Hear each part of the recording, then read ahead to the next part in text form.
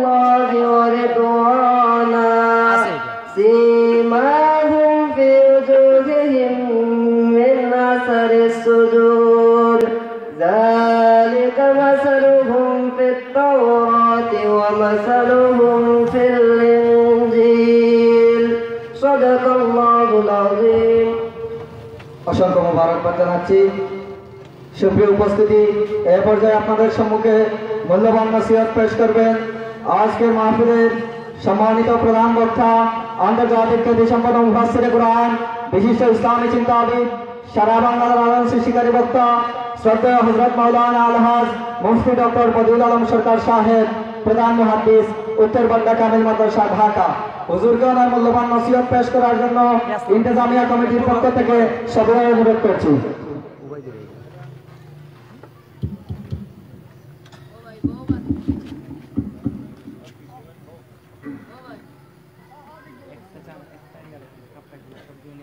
Setting করিয়া সব বই দিবা আমি দোকা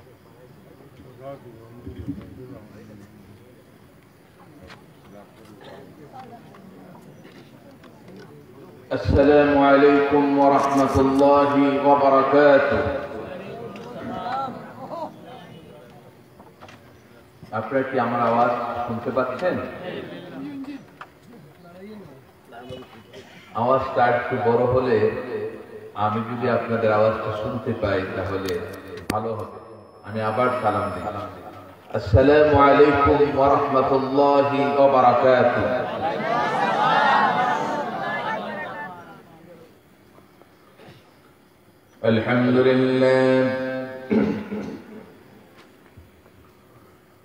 الحمد لله نحمده ونستعينه ونستغفره ونؤمن به ونتوكل عليه ونعوذ بالله من شرور أنفسنا ومن سيئات أعمالنا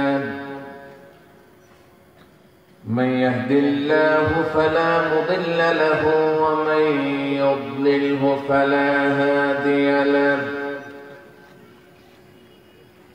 ونشهد أن لا إله إلا الله وحده لا شريك له ولا ند له ولا مثيل له ولا نظير له ولا شبيه له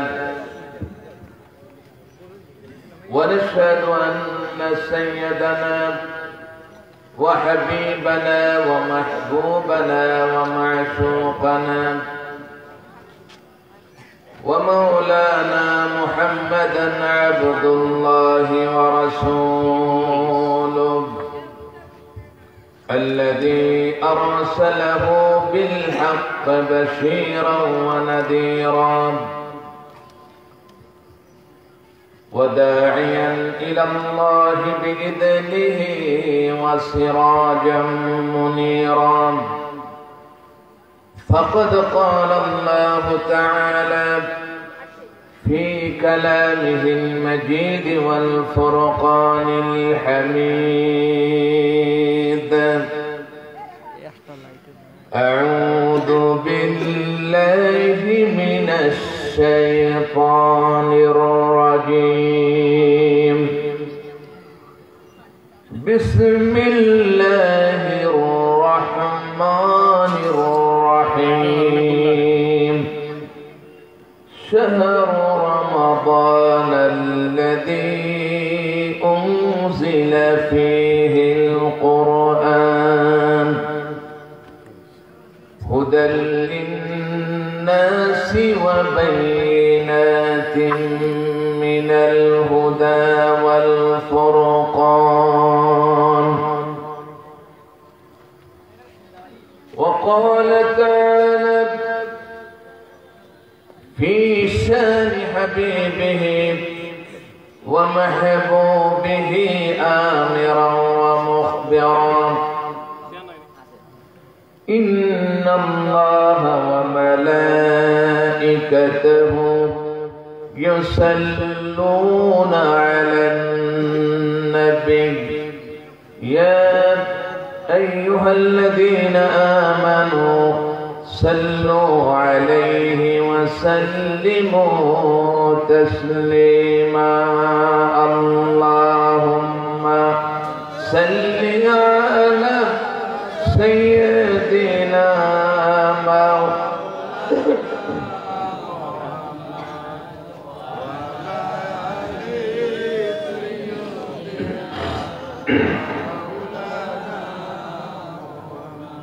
সবাই জবান খুলে আজকের এই আন্তর্জাতিক ইসলামী সুন্নি মহাসম্মেলন এই ময়দান থেকে হাজার হাজার মাইল দূরে অবস্থিত নবীজি সাল্লাল্লাহু আলাইহি সাল্লামের রওজা পাকে আমরা সালাম পৌঁছাবো। রাজি আছেন? একটু আসতে বলেন যে রাজি আছেন সবাই? সবাই রাজি আছেন? একটু হাত তুলে দেখাতে পারেন। নারে তাকবীর, নারে রিসালাত, আরো জোরে সরে নারে তাকবীর, নারে রিসালাত। মোহাব্বতে বার পড়ুন আল্লাহুম্মা সাল্লি আলা সাইয়্যিদিনা মাওলানা মুহাম্মদ ওয়া আলা আলি সাইয়্যিদিনা মাওলানা মুহাম্মদ আসকান نسبي على الحسب كل العرب في خدمته اللهم صل على مولانا محمد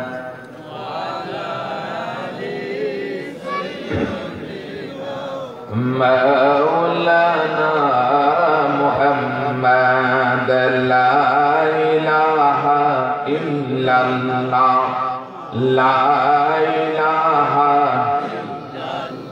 جورے جورے لا إله إلا الله لا إله لا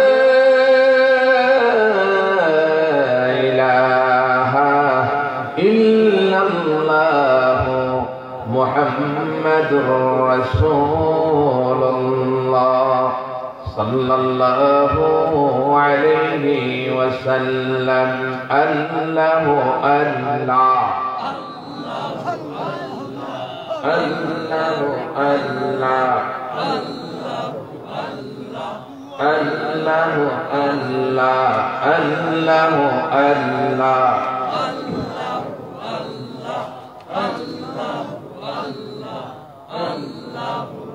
جورے جورے اللہ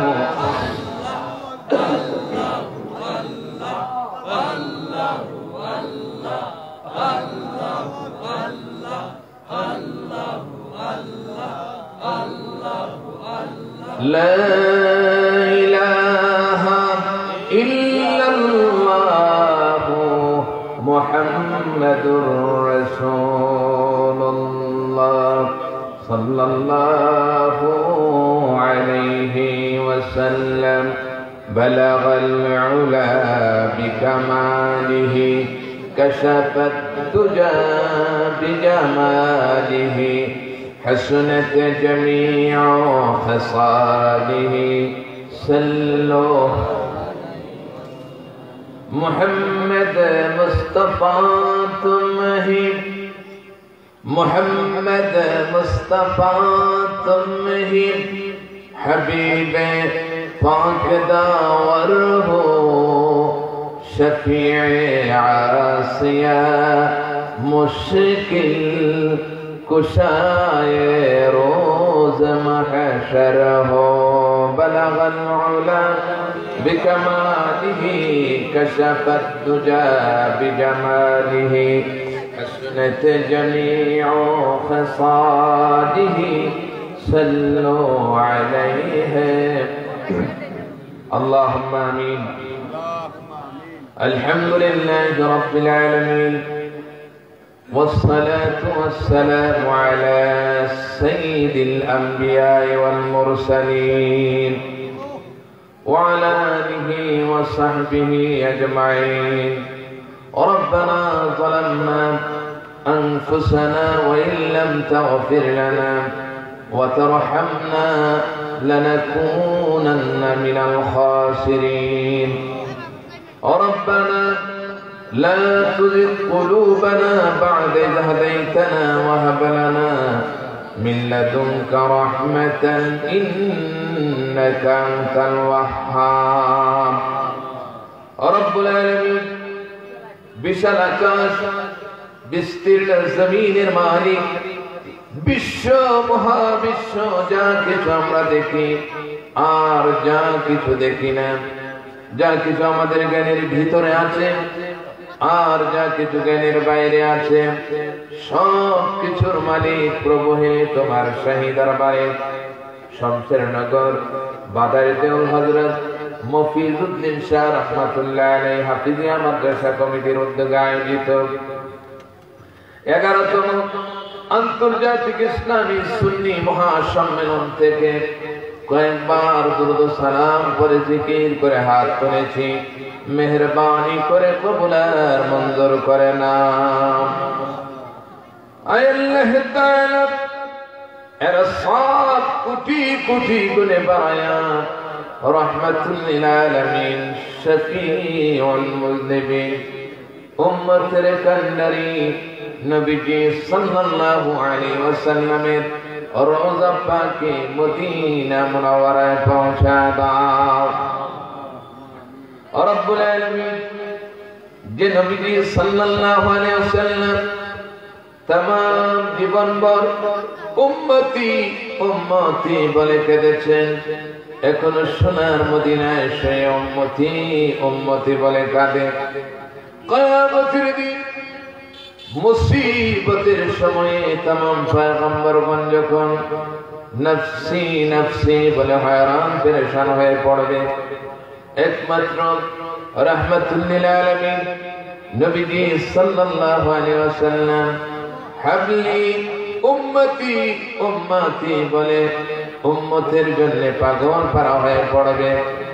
আয় আল্লাহ তাআলা সে কঠিন মুসিবতের দিন বিপদের মুহূর্তে তোমার হাবিবের শাফায়াত আমাদের জন্য মঞ্জুর করে দাও আল্লাহ। সবাই মহব্বতে আল্লাহকে ডাক দিয়ে বলেন আল্লাহ। সবাই জবান খুলে পড়ুন আল্লাহ। চিৎকার করে আওয়াজ করে বলুন আল্লাহ।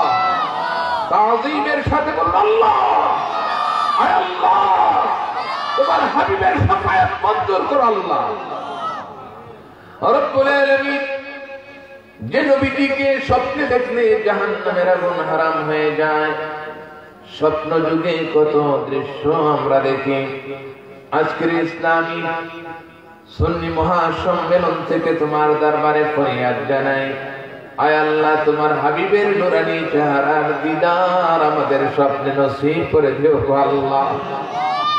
আয় আল্লাহ তাআলা মশরিক থেকে মাগরিব পর্যন্ত, সীমান হতে জুনুব পর্যন্ত যত মুসলমান নরনারী যারা পরিমাণ ঈমান নিয়ে কবরে শুয়ে আছেন, মেহেরবানি করে তাদের আরওয়াহ পর হাদিয়া পৌঁছা দাও। রব্বুল আলামিন বড় মনে পড়ে গেল আমাদের আব্বা জানের কথা, বাবার কথা, মায়ের কথা। যে বাবার কথা বলা যায় না, আমাদের জন্য কত কষ্ট করলেন, আমাদের লেখাপড়ার জন্য, খাওয়ার জন্য। আয় আল্লাহ আমাদের শান্তির জন্য গোটা জিন্দেগিটা কুরবান করে দিলেন। এমন আব্বা জান আজকে যার দুনিয়ার জমিনে বেঁচে নাই, মেহেরবানি করে আব্বা জানের কবরে আর সব পৌঁছা দাও। রব্বুল আলামিন যে মা দুঃখিনী মায়ের চেহারার দিকে তাকাইলে মকবুল হজের সব হয়ে যায়। কার জানি মা দুনিয়ায় বেঁচে নাই। আয় আল্লাহ তাআলা যুদ্ধের ময়দানে সৈনিক যেমন রক্তাক্ত হয়ে যায়, মা দুঃখিনী আমাদেরকে যখন প্রসব করেন তেমনি ভাবে রক্তাক্ত হয়ে যায়। সন্তান পেটের ভিতরে হঠাৎ করে গভীর রজনীতে গভীর রাত্রিতে মায়ের পেটের মধ্যে সন্তান আঘাত করে মায়ের ঘুম ভেঙে যায়, ব্যথায় ছটফট করতে থাকে, ঘুম ভেঙে যায়, দাঁড়িয়ে যায়, ঘরের মধ্যে পায়চারি করতে থাকে। স্বামী ঘুমিয়ে আছে, আপনজনেরা ঘুমিয়ে আছে, মা দুঃখিনী ঘুমায় না, কাউকে বলতেও পারে না, জাগাতেও পারে না। চোখ থেকে বৃষ্টির ফোঁটার মতো পানিগুলো গড়িয়ে গড়িয়ে পড়ে। মা মা কাঁদে। রব্বুল আলামিন তুমি আল্লাহ ছাড়া কেউ দেখে নাই, এমনি ভাবে কত রাত্র যেন আমাদের জন্য কাটিয়ে দিয়েছে। ভূমিষ্ঠ হওয়ার সময় কত যতনাই না সহ্য করেছেন, কষ্ট সহ্য করেছেন। এমন আম্মা জান যার দুনিয়ার জমিনে বেঁচে নাই, আজকের ইসলামী সুন্নি মহাসম্মেলন থেকে তোমার দরবারে ফরিয়াদ জানাই, ওই আব্বা আম্মার কবরের আযাব চিরদিনের জন্য মাফ করে দাও। আয় আল্লাহ তাআলা আব্বা আম্মার কবরগুলো জান্নাতের বাগিচা বানিয়ে দাও। মহব্বত আল্লাহকে ডাক দিয়ে বলুন আল্লাহ। সবাই আওয়াজ করে পড়ুন আল্লাহ। জবান খুলে বলুন আল্লাহ। আয় আল্লাহ আব্বা আম্মার কবরগুলো জান্নাতের বাগিচা বানিয়ে দাও আল্লাহ। আয় আল্লাহ এলাকাবাসী সমস্ত মুসলমান মুর্দেগানের কবরের আযাব মাফ করে দাও।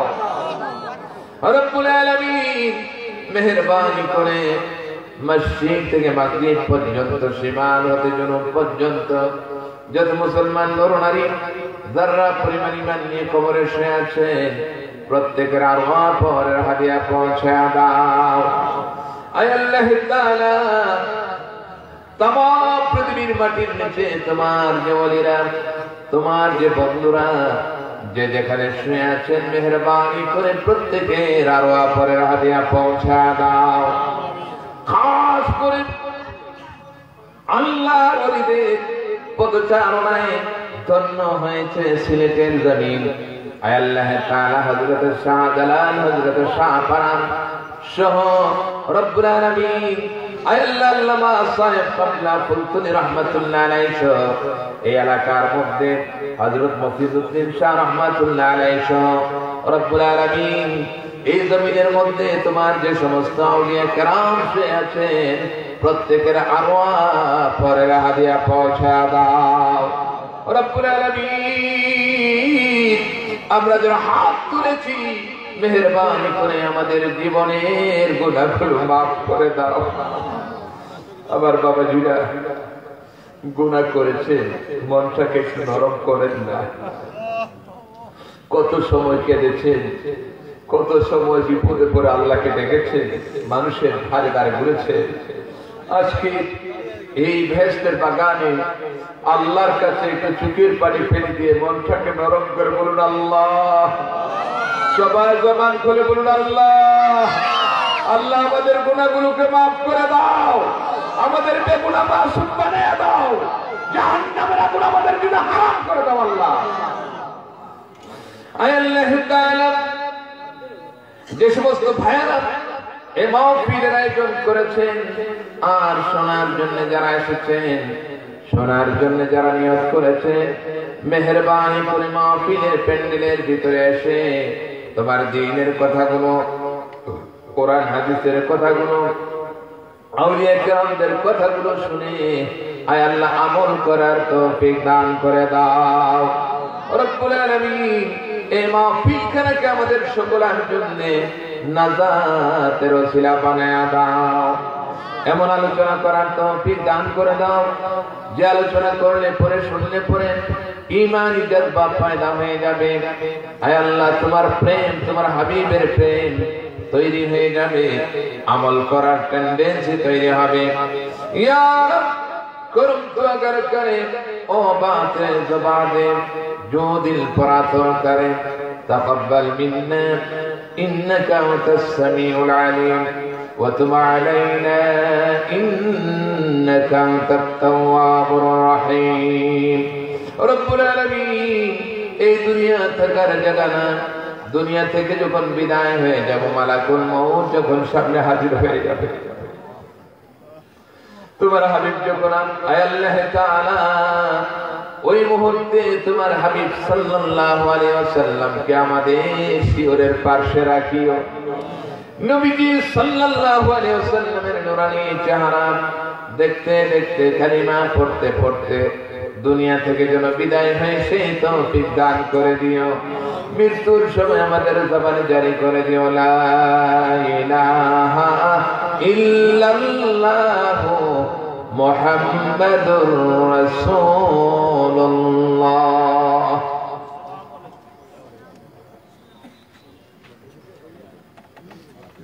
শমশেরনগর বাদাইর দেউল হযরত মফিজউদ্দিন শাহ রাহমাতুল্লাহ আলাইহি হাফিজিয়া মাদ্রাসা কমিটির উদ্যোগে আয়োজিত আজকে এই 11তম আন্তর্জাতিক ইসলামী সুন্নি মহাসম্মেলনের সম্মানিত সভাপতি জনাব জুয়েল আহমদ, চেয়ারম্যান 4 নং শমশেরনগর ইউনিয়ন পরিষদ, মাহফিলের সহসভাপতি জনাব মোহাম্মদ আব্দুল খালিক সরদার এবং হাজী মোহাম্মদ আবিদুর রহমান সাহেব সহ আজকের মাহফিলের প্রধান অতিথি যিনি চলে দোয়া করে গেছেন, সাহেব কবলা ফুলতুলি হযরত মাওলানা আল্লামা নজবুদ্দিন চৌধুরী হাফিজাহুল্লাহ, আল্লাহ পাক যেন ওনার নেক হায়াত দান করেন। এটা জোরে বলুন না আমি। আজকে এই মাহফিলের প্রধান আকর্ষণ আলহাজ মুফতি মাওলানা ওসমান গনি সানি সাহেব সহ মঞ্চ উপবিষ্ট উলামায়ে কেরাম, মুরব্বিয়ানে আযম, আমার সামনে বসা বেরাদান ইসলাম, মুসলমান ভাইরা, যুবকেরা, ছোট্ট কচি সোনামণিরা, পর্দার আড়ালের মা বোনেরা, আমরা মহান আল্লাহ রাব্বুল ইজ্জা ওয়াল জালালের দরবারে, আযীম শান ওয়াল কদরের দরবারে শুকরগুজার হচ্ছি, শুকরিয়া আদায় করছি যে মুনিব আমাদেরকে আজকের এই সুন্দর পরিবেশে, সারা পৃথিবী যেখানে করোনা ভাইরাসের কারণে আক্রান্ত, মানুষেরা বিচ্ছিন্ন, ঘরবন্দি, কোথাও কোথাও লকডাউন হয়েছে, এমন একটি পরিবেশের মধ্যে যা আল্লাহ সুবহানাহু ওয়া তাআলা আমাদেরকে এই হাফিজিয়া মাদ্রাসার কমিটির উদ্যোগে আয়োজিত ইসলামী সুন্নি মহাসম্মেলনে উপস্থিত হওয়ার তৌফিক দান করেছেন। সেই মুনিবের দরবারে আমরা শুকরিয়া আদায় করতে চাই। রাজি আছেন? একটু জোরে বলুন, রাজি আছেন? আপনাদের কি কষ্ট হবে? সবাই বলতে হবে কষ্ট হবে। কে কে রাজি আছেন হাত তুলে দেখাতে পারেন। এবার জোরে সুরে মহাব্বতে সমস্ত শক্তি প্রয়োগ করে দিয়ে আকাশ বাতাস মুখরিত করে এবার পড়ুন আলহামদুলিল্লাহ। আরো জোরে সুরে আলহামদুলিল্লাহ। রব্বানা লাকাল হামদ হামদান কাসীরা তাইয়িবান মুবারাকান ফীহি। হাত নামান। আমরা শুকরিয়া আদায় করলাম কার? আর একটু জোরে বলুন। আমাদেরকে এখানে বসার তৌফিক দিয়েছেন কে? এই আকাশ বাতাস বিশ্ব চরাচরের সবকিছু সৃষ্টি করেছেন কে? আমাদের মালিক কে? সমস্ত প্রশংসা কার? আল্লাহ রাব্বুল আলামিন বলেন, হে পৃথিবীর মানুষেরা শুনো, তোমরাই শুধু আমার প্রশংসা করো না, গরম গরম এই গোটা পৃথিবীর মধ্যে যত সৃষ্টিকুল রয়েছে, ক্ষুদ্র থেকে ক্ষুদ্র, বড় থেকে বড়, আকাশ বাতাস বৃক্ষ তরুলতা পশু পাখি, নদ নদী গাছপালা যা কিছু আছে, চন্দ্র সূর্য সাগর মহাসাগর, সব কিছু প্রশংসা করে কার? আরো জোরে বলুন কার? আল্লাহ পাক বলেন, ওয়া ইন মিন শাইইন ইল্লা ইউসাব্বিহু বিহামদিহি ওয়ালাকিন লা তাফকাহুনা তাসবিহাহুম। জোরে বলুন সুবহানাল্লাহ। আরেকবার পড়ুন আলহামদুলিল্লাহ। এই যুবকেরা আরেকটু আওয়াজ করে বলতে হবে আল্লাহু আকবার। আমার ভাইয়েরা, আল্লাহ রাব্বুল আলামিন বলেন, হে পৃথিবীর মানুষেরা শুনো, আকাশ এবং জমিনের মধ্যে এমন কোন জিনিস নেই, এমন কোন শাই নাই, এমন কোন বস্তু নাই, ক্ষুদ্র থেকে ক্ষুদ্র, বড় থেকে বড় সমস্ত সৃষ্টিকুল বস্তু আমি আল্লাহ রাব্বুল আলামিনের প্রশংসা করে। যদি আল্লাহর প্রশংসা কোন ব্যক্তি করে, কোন ব্যক্তি যদি আলহামদুলিল্লাহ বলে, আল্লাহর নবী মুহাম্মদ সাল্লাল্লাহু আলাইহি ওয়াসাল্লাম বলেছেন, আকাশ এবং জমিনের মধ্যে যতটুকু ফাঁকা জায়গা আছে আল্লাহ রাব্বুল আলামিন নেক দ্বারা ভরপুর করে দিয়ে বান্দার আমলনামার মধ্যে সে সওয়াবটুকু দান করে দেয়। বলুন না সুবহানাল্লাহ। আরো জোরে আরেকবার বলুন আলহামদুলিল্লাহ। চিৎকার করে বলুন আল্লাহু আকবার। আমার ভাইরা, অযুত রাশি দুরূদ ও সালাম পেশ করছি বিশ্ব মানবতার মুক্তির দিশারি, সর্বকালের সর্বযুগের সর্বশ্রেষ্ঠ মহামানব, কুল কায়নাত আল্লাহ রাব্বুল ইজ্জা ওয়াল জালাল যার জন্য সাজিয়েছেন আমাদের পেয়ারা রাসূল, নবীদের নবী, নবী সম্রাট, নবী কুল শিরোমণি, সুলতান মদিনা, নূরে মুজাসসাম নবীজি মুহাম্মদুর রাসূলুল্লাহ সাল্লাল্লাহু আলাইহি ওয়াসাল্লামের পবিত্র রওজা শরীফে মদিনা তৈয়বায়। সম্মানিত উপস্থিতি, আজকে আমি আপনাদের খেদমতে কোরআন কারীমের সূরাতুল বাকারার একটি আয়াতের অংশ তেলাওয়াত করেছি। কোরআন শরীফের একটি আয়াত তেলাওয়াত করেছি। এর আলোকে আপনাদের খেদমতে আমাদের জীবনের সাথে সংশ্লিষ্ট এই বাচ্চারাই, এই বসো, উঠবে না, বসো বসো বসো, উঠা যাবে না, নড়াচড়া করা, কথা বলে না, নড়াচড়া করা যাবে। এটা হচ্ছে কোরআনের মাহফিল, এটা হচ্ছে ইসলামী সুন্নি সম্মেলন। এখানে আমরা যা কিছু বলবো কোরআন হাদিস থেকে বলবো, এবং কোরআনের মজলিস, দ্বীনের মজলিস, এটা যতক্ষণ পর্যন্ত চলবে ততক্ষণ পর্যন্ত আল্লাহ পাকের রহমতের দরজা বান্দার জন্য খুলে দেওয়া হয়। জোরে বলেন সুবহানাল্লাহ। বিশ্বাস হয়? কথা বলে না, বিশ্বাস হয়? আজকে দেখুন না, করোনা ভাইরাসের কারণে লকডাউন হয়েছে অনেক দেশের মধ্যে, অনেক সমস্যা।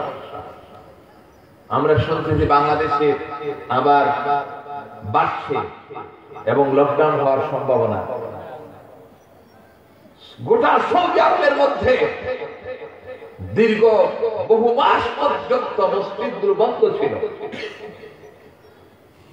একমাত্র বাংলাদেশ একটি দেশ, আমাদের প্রিয় মাতৃভূমি বাংলাদেশ, এখানে মসজিদগুলো একদিনের জন্য বন্ধ হয় নাই, ঠিক কিনা? আরো জোরে বলেন ঠিক কিনা? মসজিদগুলো বন্ধ হয় নাই, যদিও সীমিত আকারে কিছু মানুষ নামাজ পড়েছে, মসজিদগুলো এখনো খোলা আছে। আজকে বাংলাদেশ অনেকটাই ভালো আছে অন্যান্য দেশের তুলনায়, ঠিক কিনা? আরো জোরে বলুন ঠিক কিনা? এই যে ভালো আছে, ভালো রেখেছেন কে? আরো জোরে বলুন কে? শুধু তাই নয়, আমি বলে থাকি এই বাংলাদেশ ভালো আছে আল্লাহর ওলিদের দোয়ার বদৌলতে। মানুষের তাহাজ্জুদের নামাজ পড়ে যখন চোখের পানি ফেলে দিয়েছে, এই লকডাউনের সময়ও, এই মহামারীর সময় মানুষগুলো কোরআনের আকর্ষণে, দ্বীনের আকর্ষণে, নবীজি সাল্লাল্লাহু আলাইহি ওয়াসাল্লামের আকর্ষণে তারা সব কিছুকে তুচ্ছ করে মাহফিলগুলো বন্ধ হয় নাই, মাহফিলগুলো চলছে। এর বদৌলতে আল্লাহ সুবহানাহু ওয়া তাআলা আমাদেরকে ভালো রেখেছেন, ঠিক কিনা? আরো জোরে বলুন ঠিক কিনা? তাহলে কোরআনের মাহফিল চলুক, আমরা চাই কি চাই না? আরো জোরে বলুন চাই কি চাই না? কোরআনের মাহফিল তো বন্ধ করতে পারবে না বাংলাদেশের মধ্যে, ঠিক কিনা? আজ আমি বলেছি যে কোরআন থেকে আপনাদের খেদমতে একটি আয়াত তেলাওয়াত করেছি। আল্লাহ সুবহানাহু ওয়া তাআলা এই বিশ্ববাসীর জন্য সবচেয়ে বড় দুইটি নিয়ামত দান করেছেন। কয়টা? কথা বুঝে যায়? কয়টা? সবাই বলেন কয়টা? দুইটা। কয়টা? দুইটা। একটা হচ্ছে নবীজি মুহাম্মদুর রাসূলুল্লাহ সাল্লাল্লাহু আলাইহি ওয়াসাল্লাম, নবীজিকে আল্লাহ পাক আমাদের জন্য নিয়ামত হিসেবে পাঠিয়েছেন। এক। দুই নাম্বার হচ্ছে নিয়ামত হচ্ছে কোরআনে কারীম। এই দুইটি সবচেয়ে বড় নিয়ামত একমাত্র আমাদের জন্য আল্লাহ সুবহানাহু ওয়া তাআলা দান করেছেন। ঠিক কি না? আমাদের নবীর মতো অন্য নবীরা কি আমাদের নবীর মতো? অন্য জাতিগুলো কি আমাদের নবী পেয়েছে? না, আমরাই পেয়েছি। অন্য জাতির জন্য কি আল্লাহ এমন কোরআন নাযিল করেছেন? আমার ভাইরা, কোরআন শরীফের দিকে যদি তাকাই আমরা দেখতে পাই আল্লাহ রাব্বুল আলামিন বলে দিয়েছেন, আলাম তারা ইলাল্লাযীনা বাদদালু নি'মাতাল্লাহি কুফরান ওয়া আহাল্লু কওমাহুম দারাল বাওয়ার। আল্লাহ রাব্বুল আলামিন বলেন, হে পৃথিবীর মানুষেরা শুনো, নবীজি সাল্লাল্লাহু আলাইহি ওয়াসাল্লামকে লক্ষ্য করে আল্লাহ পাক বলছেন, আলাম তারা ইলাল্লাযীনা বাদদালু নি'মাতাল্লাহি কুফরান। ওগো নবী, আপনি কি দেখেন না যারা আল্লাহর নিয়ামত পাওয়ার পর কুফরি দ্বারা চেঞ্জ করলো, আল্লাহর নিয়ামত পাওয়ার পর যারা গ্রহণ করলো না, নিয়ামতকে অস্বীকার করলো, নিয়ামতকে ধরলো না, নিয়ামতের মূল্যায়ন করলো না, ওয়াহাল্লু কওমাহুম দারাল বাওয়ার, আর তাদের নিজেদের কওমকে, জাতিকে জাহান্নামের ঘরের মধ্যে নিক্ষেপ করে দিয়েছে।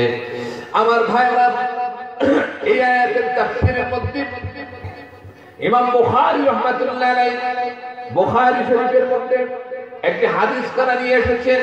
কিতাবুত তাফসীরের মধ্যে আব্দুল্লাহ বিন আব্বাস রাদিয়াল্লাহু তাআলা আনহু থেকে হাদিস কানা নিয়ে এসেছেন। আল্লাহর নবী সাল্লাল্লাহু আলাইহি ওয়াসাল্লাম থেকে হযরত আব্দুল্লাহ বিন আব্বাস রাদিয়াল্লাহু তাআলা আনহু বলেন, হে পৃথিবীর মানুষেরা শোনো, আলাম তারা ইলাল্লাযীনা বাদদালু নি'মাতাল্লাহি কুফরান।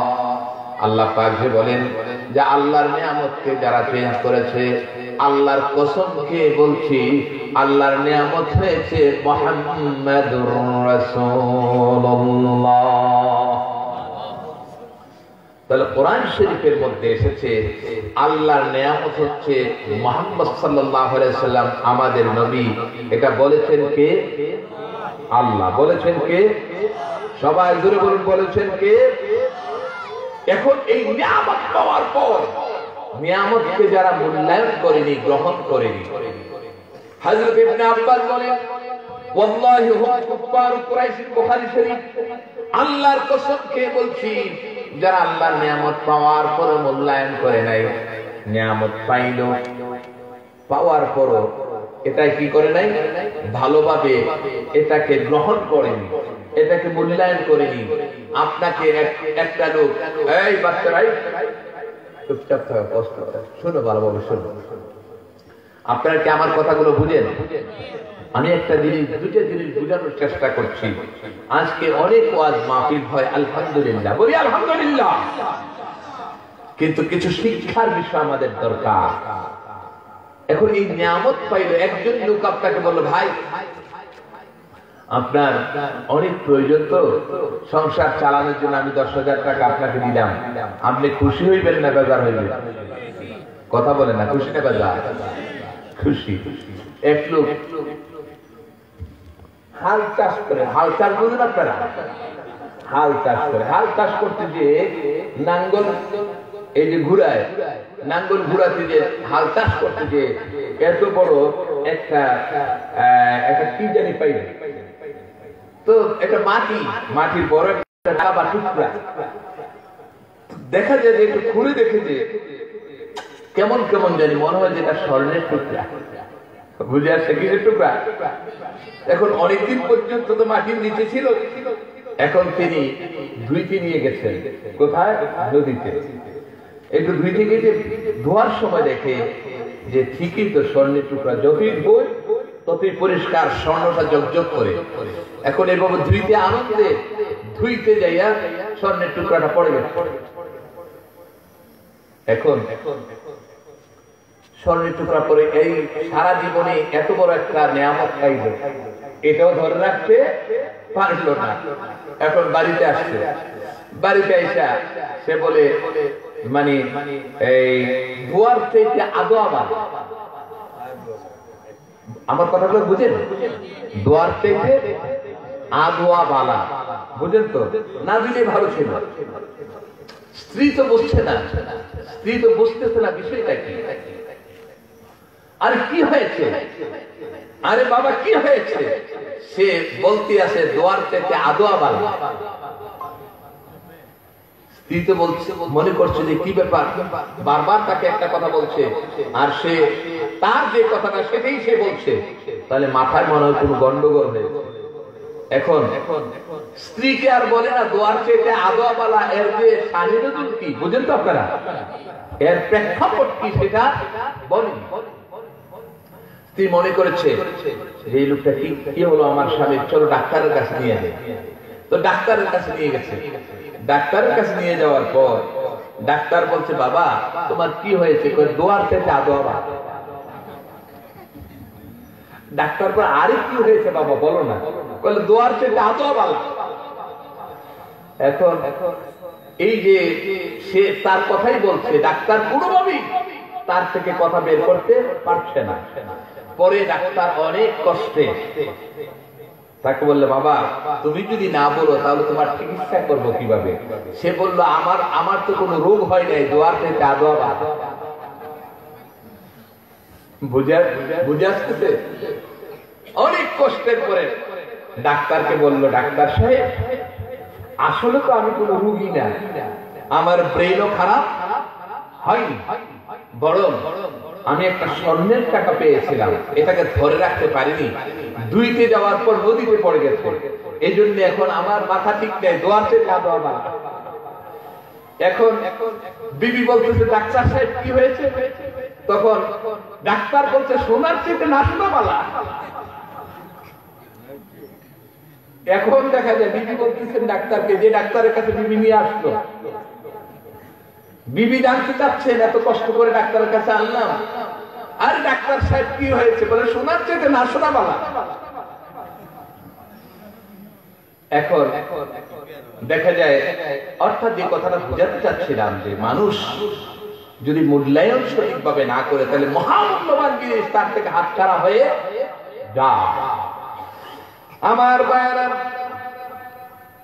গোটা বিশ্ব জগতের মধ্যে আল্লাহ রাব্বুল আলামিন মানুষকে যতগুলো নিয়ামত দান করেছেন, এর মধ্যে সবচেয়ে বড় নিয়ামত হয়েছে মুহাম্মাদুর রাসূলুল্লাহ। ঠিক কি না? আর জোরে বলো ঠিক কি না? কারণ মুহাম্মদ সাল্লাল্লাহু আলাইহি ওয়াসাল্লাম এমন একজন পয়গম্বর, এমন একজন নবী, তিনি যা বলতেন তাই হতো। ঠিক কি না? আল্লাহর নবী বিশ্ব নবী মুহাম্মদ সাল্লাল্লাহু আলাইহি ওয়াসাল্লাম সাহরির সময় সাহারি খাচ্ছেন। কি খাচ্ছেন বুঝেন না আপনারা? সেহরি খাচ্ছেন, রোজা রাখবেন। এমন সময় ফজরের আযান হয়ে যাচ্ছে, সুবহে সাদিক উঠে গেছে। তখনকার দিনে তো এমন ঘড়ি ছিল না। আমার কথাগুলো কি বুঝে আসতেছে? তখনকার দিনে এমন ঘড়ি ছিল না, এমন মোবাইল ছিল না। হযরত বেলাল রাদিয়াল্লাহু তাআলা আনহু আল্লাহ নবী সাল্লাল্লাহু আলাইহি ওয়াসাল্লামের হুজরা শরীফের মধ্যে যে দেখেন নবীজি সাল্লাল্লাহু আলাইহি ওয়াসাল্লাম তিনি খাচ্ছেন, এদিক দিয়ে আযান হচ্ছে, সুবহে সাদিক উঠে গেছে। সুবহে সাদিক উঠে গেলে আর খানা চলে? কথা বলে না চলে? আরে আপনাদের এলাকায় চলে? চলে না? আর চলে। সামনে রোজা আসতেছে, বাচ্চারা আছে না, বাচ্চারা, এই যে বাচ্চারা আছে না, তখন আযান দিয়ে ফেলছে। বাচ্চা তো কি করে বায়না ধরে, আমি কিন্তু আজকে রোজা রাখবো, বলে কি বলে না, আমি আজকে রোজা রাখবো। তো বাবা মা খানা শেষ, আজান দিয়ে ফেলেছে, এমন সময় সে ঘুম থেকে উঠেছে বাচ্চা, এখন কান্নাকাটি শুরু করছে, আমি রোজা রাখবো। এখন তাকে খাওয়ায় কি খাওয়ায় না? ঠিক আছে, খাওয়ায়। এরপরে যখন বেলা উঠে, বেলা ওঠার পর যখন 10টা-11টা বেজে যায়, তখন বলে বাবা তোমার রোজা হয়ে গেছে, তুমি খাইলে পরে তোমার আরেকটা রোজা হবে। ঠিক কিনা? কথাগুলো বুঝে আছে? এমন বলি কি বলি না? হযরত বেলাল রাদিয়াল্লাহু তাআলা আনহু নবীজি সাল্লাল্লাহু আলাইহি ওয়াসাল্লামকে বললেন, ওয়াল্লাহি তাআলাল ফাজর, আল্লাহর নবী আপনি এখনো খাচ্ছেন, ভোর হয়ে গেছে, সবে সাদেক তো শুরু হয়ে গেছে। আল্লাহর নবী সাল্লাল্লাহু আলাইহি ওয়াসাল্লাম হযরত বেলালকে বললেন, বেলাল লিমাযা কাসামতা, তুমি কেন কসম করলে? তুমি যদি আল্লাহর কসম না করতে তাহলে আমি যতক্ষণ খেতাম, 10 ঘন্টা পর্যন্ত যদি আমি খেতাম, আমি যদি খাওয়ার মধ্যে থাকতাম, 10 ঘন্টা পর্যন্ত কখনো সুবে সাদেক হতো না। কথাগুলো বুঝে আসতেছে কিনা আপনাদের? যদি 10 ঘন্টা পর্যন্ত আমি খাইতাম, খানার মধ্যে থাকতাম, আল্লাহ রাব্বুল আলামিন এই দুনিয়ার জমিনের যে টাইমটাকে আল্লাহ রাব্বুল আলামিন আটকে দিতেন, 10 ঘন্টা পর্যন্ত আমি নবী খেতাম, 10 ঘন্টা পর্যন্ত সূর্য আর সুবে সাদেক উদিত হতো না। আমার ভাইরা, নবীজি সাল্লাল্লাহু আলাইহি ওয়াসাল্লাম মুরগির রান পছন্দ করতেন। কি পছন্দ করতেন? মুরগির রান পছন্দ করতেন। এখন দেখা যায় নবীজি সাল্লাল্লাহু আলাইহি ওয়াসাল্লাম খেতে বসেছেন, এমন সময় মুরগির রান কয়টা হয়? 2টা, সামনের 2টা রান। নবীজি সাল্লাল্লাহু আলাইহি ওয়াসাল্লাম পছন্দ করতেন, সাহাবী একটি রান দিয়েছেন। এবার আল্লাহর নবী সাল্লাল্লাহু আলাইহি ওয়াসাল্লাম বললেন, সাহাবীরে আরেকটি রান নিয়ে আসো। সাহাবী আরেকটি রান নিয়ে আসলো। রান হইল কয়টা? মুরগির পাও কয়টা থাকে? 2টা। আপনাদের সাথে 4টা থাকে না তো? 2টাই থাকে। আরেকটি রান নিয়ে আসলেন, ওই রানটি নবী সাল্লাল্লাহু আলাইহি ওয়াসাল্লাম খাইলেন। এবার সাহাবীকে বললেন, সাহাবী আরেকটি রান নিয়ে আসো। এবার সাহাবী বললেন, ওয়াল্লাহি ইয়া রাসূলুল্লাহ ইন্না লাহু ইতনাইন। ওগো আল্লাহর নবী, একটি মুরগির রান হয় কয়টা? একটা মুরগির রান হয় কয়টা? 2টি তো হয়, এর চেয়ে বেশি তো হয় না। এখন আল্লাহর নবী বললেন, সাহাবীরে কেন তুমি কসম করলে? আমি নবী 2টা রান চাইলাম, আরেকটি রান চাইলাম। এভাবে করতে করতে তুমি যদি তরকারির মধ্যে রান খুঁজতাম, আমি যতবার চাইতাম ততবার অটোমেটিকলি রান পয়দা হয়ে যেত। আমি যদি 100টি রান চাইতাম, 100টি রান তোমার ওই তরকারির মধ্যে আল্লাহ রাব্বুল আলামিন তৈরি করে দিতেন। জোরে বললেন না সুবহানাল্লাহ? আর জোরে বলেন সুবহানাল্লাহ। সেই নবী মুহাম্মদ সাল্লাল্লাহু আলাইহি ওয়াসাল্লাম, হযরত আব্দুল কাদের আল জিলানী রাহমাতুল্লাহ আলাইহি, আপনাদের কষ্ট হচ্ছে? তিনি খাচ্ছেন, তিনি কি করতেছেন? মুরগির গোশত খাচ্ছেন, মুরগির গোশত। এখন মুরগির গোশত খাওয়ার সময় ওনার খাদেম আছে সাথে। খাদেম বাচ্চা মানুষ, ওই ছাত্র আছে না, ছাত্র, খাদেম হচ্ছে ছাত্র। উনি মুরগির গোশত দিয়ে ভাত খাচ্ছেন। এমন সময় ওই খাদেম যে ছাত্রটা, তাকে দিতে শুটকির ভর্তা। বুঝে আসছে? এখন খাদেমের মা ওই জায়গায় উপস্থিত। তো মা দেখছেন হুজুর খাচ্ছে মুরগির রান দিয়ে, তরকারি দিয়ে, আর বাচ্চা খাচ্ছে কি দিয়ে? শুটকি দিয়ে। মায়ের মনে একটু ব্যথা লাগবে কি লাগবে না? কথা বলেন, লাগবে কি লাগবে না? তো মা একটু ব্যথা পাইলেন মনে মনে, বলতে তো পারেন না। এবার শেখ আব্দুল কাদের জিলানী রাহমাতুল্লাহ আলাইহি বললেন, হুজুর আমার বাচ্চাটা আপনার খেদমতের জন্য দিয়েছি, সে আপনার খেদমত করে, আপনি রান খাচ্ছেন আর আমার ছেলেটাকে আপনি ওই বট্টা দিয়ে খাওয়াচ্ছেন অন্য তরকারি দিয়ে। এবার এটা আমার কাছে খারাপ লেগেছে। হযরত আব্দুল কাদের জিলানী রাহমাতুল্লাহ আলাইহি বললেন, মা দাঁড়াও দাঁড়াও। রান খাওয়ার পর রানের যে হাড্ডি আছে না, হাড্ডিটা ছেড়ে দিলেন। ছেড়ে দিয়ে বললেন, কুম বিইذনিল্লাহ, তুমি আল্লাহর হুকুমে মুরগি হয়ে যাও। যেই মুরগিটা খাইলেন, ওই রানের যে হাড্ডি ছেড়ে যাওয়ার পর অটোমেটিকলি আল্লাহর সূত্রতে ওই মুরগি হয়ে যাও। বললেন, মা শুনো, তোমার বাচ্চা যেদিন এই ক্ষমতা লাভ করবে, ওই দিন তোমার বাচ্চাকে মুরগি খাওয়ানোর জন্য অনুমতি দেওয়া হবে। আল্লাহর ওলিদের পাওয়ার আছে কি নাই? আরো জোরে বলুন, আছে কি নয়? আজ বাংলাদেশে আমাদের এই প্রিয় মাতৃভূমি হযরত শাহজালাল, শাহপরান, খান জাহান আলী, আল্লামা সাহেব চোপলা, ফুলতুলি সহ অসংখ্য আল্লাহর ওলিদের গোড়া এই বাংলাদেশের মধ্যে একদল জাহেল বক্তা বের হয়েছে, একদল ওলি বিদ্বেষী লোক বের হয়েছে, যারা আউলিয়া কেরামদেরকে মানে না, পীর মুরিদিকে মানে না, যারা আউলিয়া কেরামদের বিরুদ্ধে কথা বলে, ঠিক কিনা?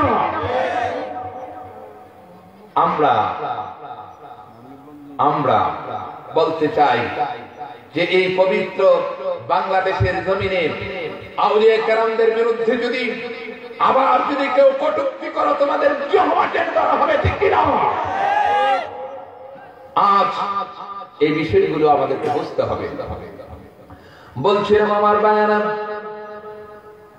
আল্লাহ নবী, বিশ্ব নবী, নবীদের নবী, নবী সম্রাট নবীজি মুহাম্মদুর রাসূলুল্লাহ সাল্লাল্লাহু আলাইহি ওয়াসাল্লামকে আল্লাহ রাব্বুল আলামিন গোটা বিশ্বকুল কায়নাতের জন্য তিনি নিয়ামত দান করলেন। এই নিয়ামত যারা পাইয়া নবীজি সাল্লাল্লাহু আলাইহি ওয়াসাল্লামের আদর্শ যারা অনুসরণ করলো, যারা এই নিয়ামত পাওয়ার পরে গ্রহণ করলো, আল্লাহর নবী সাল্লাল্লাহু আলাইহি ওয়াসাল্লামকে মানলো, আল্লাহর নবী বলেছেন, আমি মুহাম্মদ সাল্লাল্লাহু আলাইহি ওয়াসাল্লামকে যদি তোমরা মানো, তাহলে আল্লাহ রাব্বুল আলামিন তোমাদের জীবনের গুনাহগুলো maaf করে দিবে। কোরআন শরীফের মধ্যে আল্লাহ বলছেন, কুল ইন কুনতুম তুহিব্বুনাল্লাহা ফাত্তাবিউনি ইউহিব্বুকুমুল্লাহ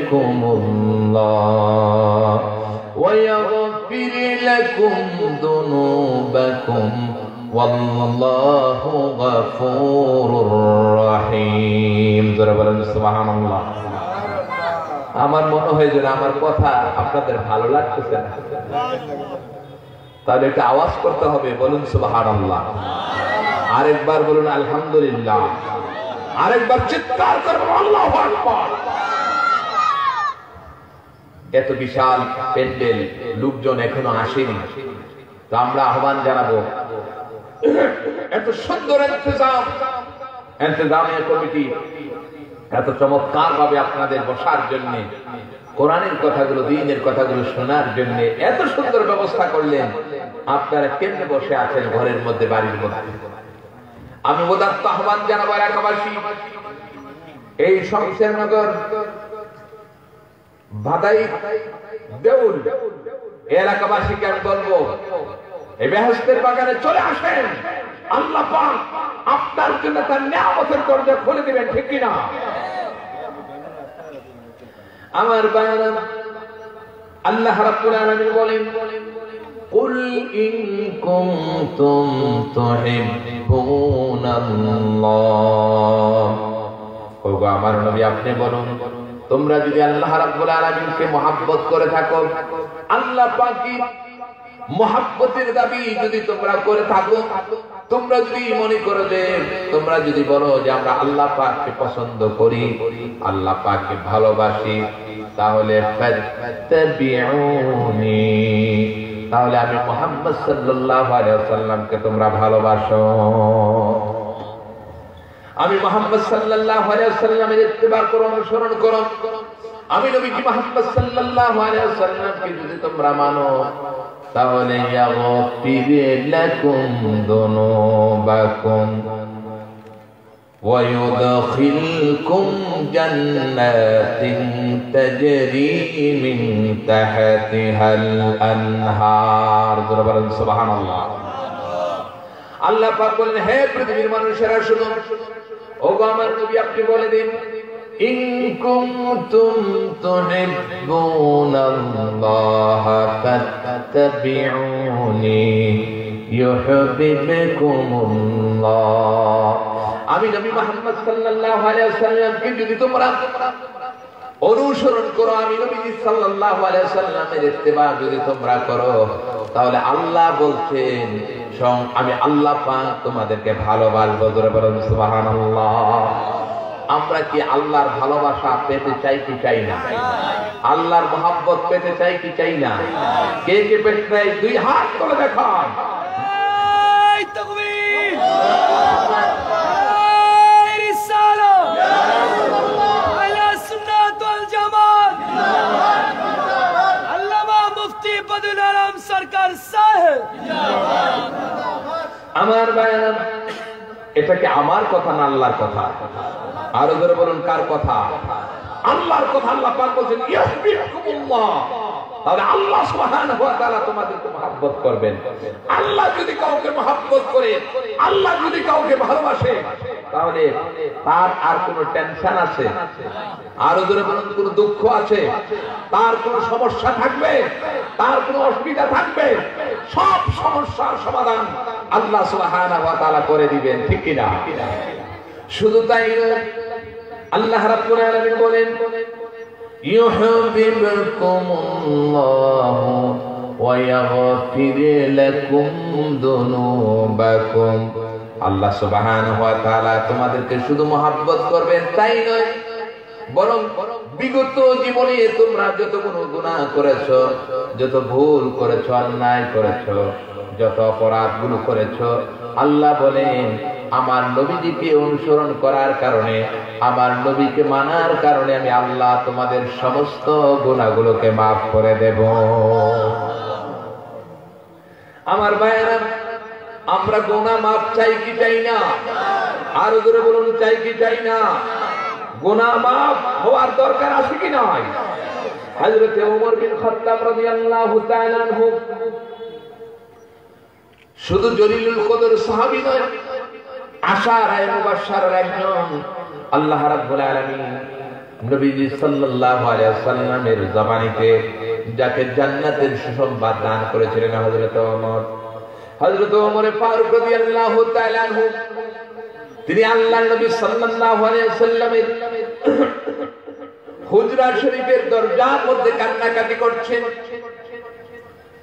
হযরত ওমর ফারুক রাদিয়াল্লাহু তাআলা আনহুর চোখ থেকে টপ টপ করে গড়িয়ে পানিগুলো পড়ছে হুজুর দাঁড়ায় কান্নাকাটি করছে আল্লাহর নবী সাল্লাল্লাহু আলাইহি ওয়াসাল্লামকে বলছেন ইয়া রাসূলুল্লাহ ইয়া হাবিবাল্লাহ আমার হৃদয় ফেটে চৌচির হয়ে গিয়েছে ইন্না বিল বাবে শাবান দরজার মধ্যে একটি যুবক দাঁড়িয়ে আছে ওই যুবকের কান্নাকাটি দেখে আমি ওমর সহ্য করতে পারি নাই আমার হৃদয় চৌচির হয়ে গিয়েছে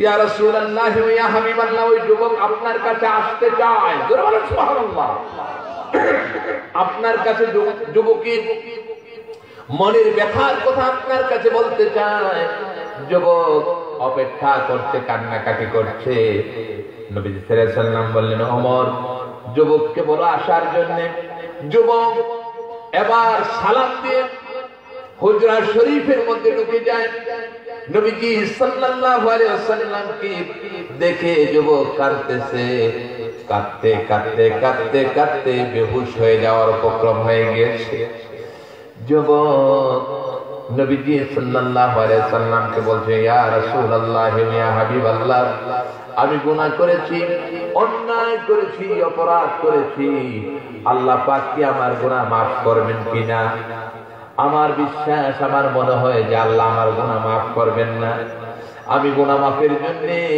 হয়রান পেরেশান হয়ে গেছি ইয়া রাসূলুল্লাহ ওয়া ইয়া হাবিবাল্লাহ, আমি চাই যে আল্লাহ পাক আমার জিন্দেগির গুনাহ যেন maaf করে দেয়। এবার নবী সাল্লাল্লাহু আলাইহি সাল্লাম যুবককে বললেন, হে যুবক, কি হয়েছে তোমার? কেন এত কান্নাকাটি করছো? কি জন্য কান্নাকাটি করছো?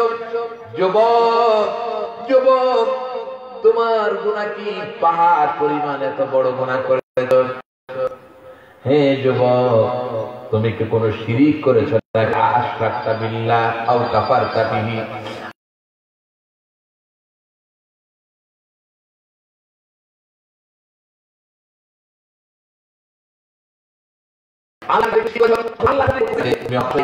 আল্লাহ তোমাকে মাফ করবেন না।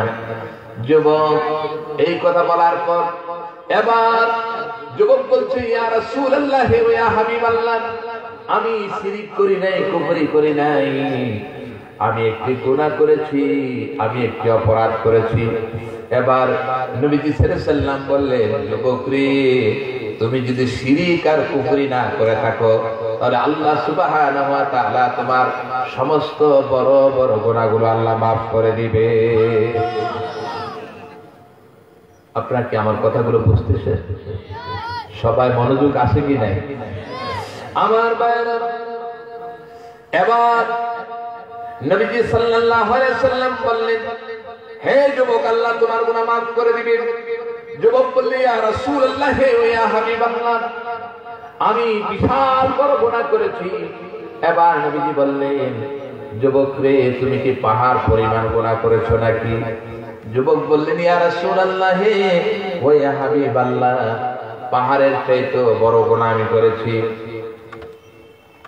এবার দেখা যায় পাহাড়ের চাইতে বড় গুনাহ করেছি।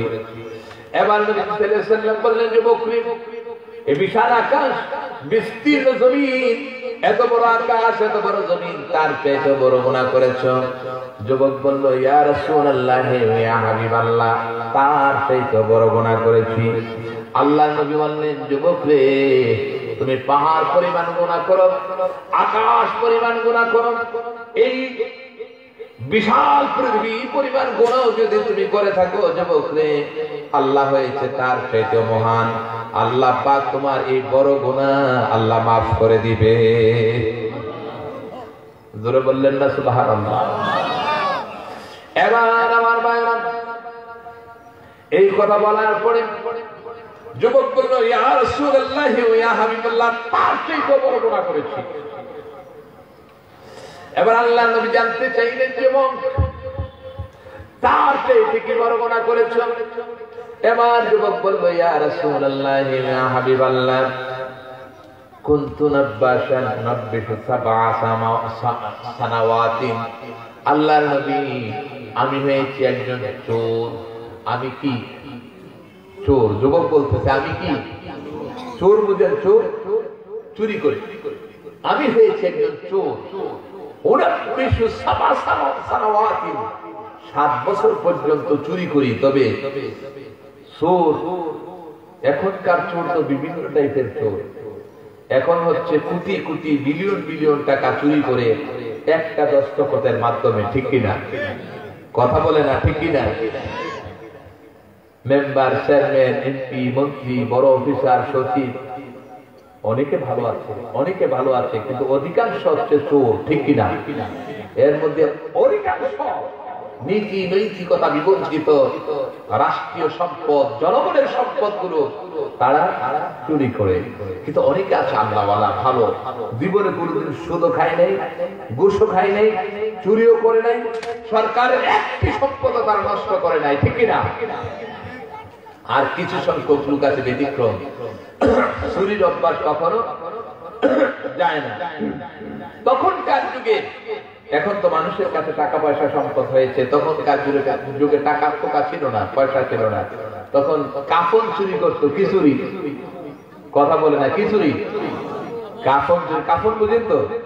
ওই মরা লাশ যেই কাপড় দ্বারা ঢাকা হয়, এটা তো কাপড়। এখন বর্তমান যুগে এমন চোর কি আছে নাকি? এমন চোর নাই। কাপড়ের কাপড় চুরি করবো, ভয়েও কাপড়ের কাপড় চুরি করে না। কিন্তু তখন তো অনেক কষ্ট ছিল মানুষের, টাকা পয়সা ছিল না। তো চোর বলছে, ইয়া রাসূলুল্লাহ, 7 বছর পর্যন্ত আমি মানুষের কাপড় চুরি করতাম। মানুষ যখন দাফন করা হতো কবরস্থানে, আমি সেখানে গিয়ে রাত্র গভীর হওয়ার পর তার কাপড় খুলে নিয়ে বাজারে করে পরিষ্কার করে বিক্রি করতাম। একদিনের ঘটনা,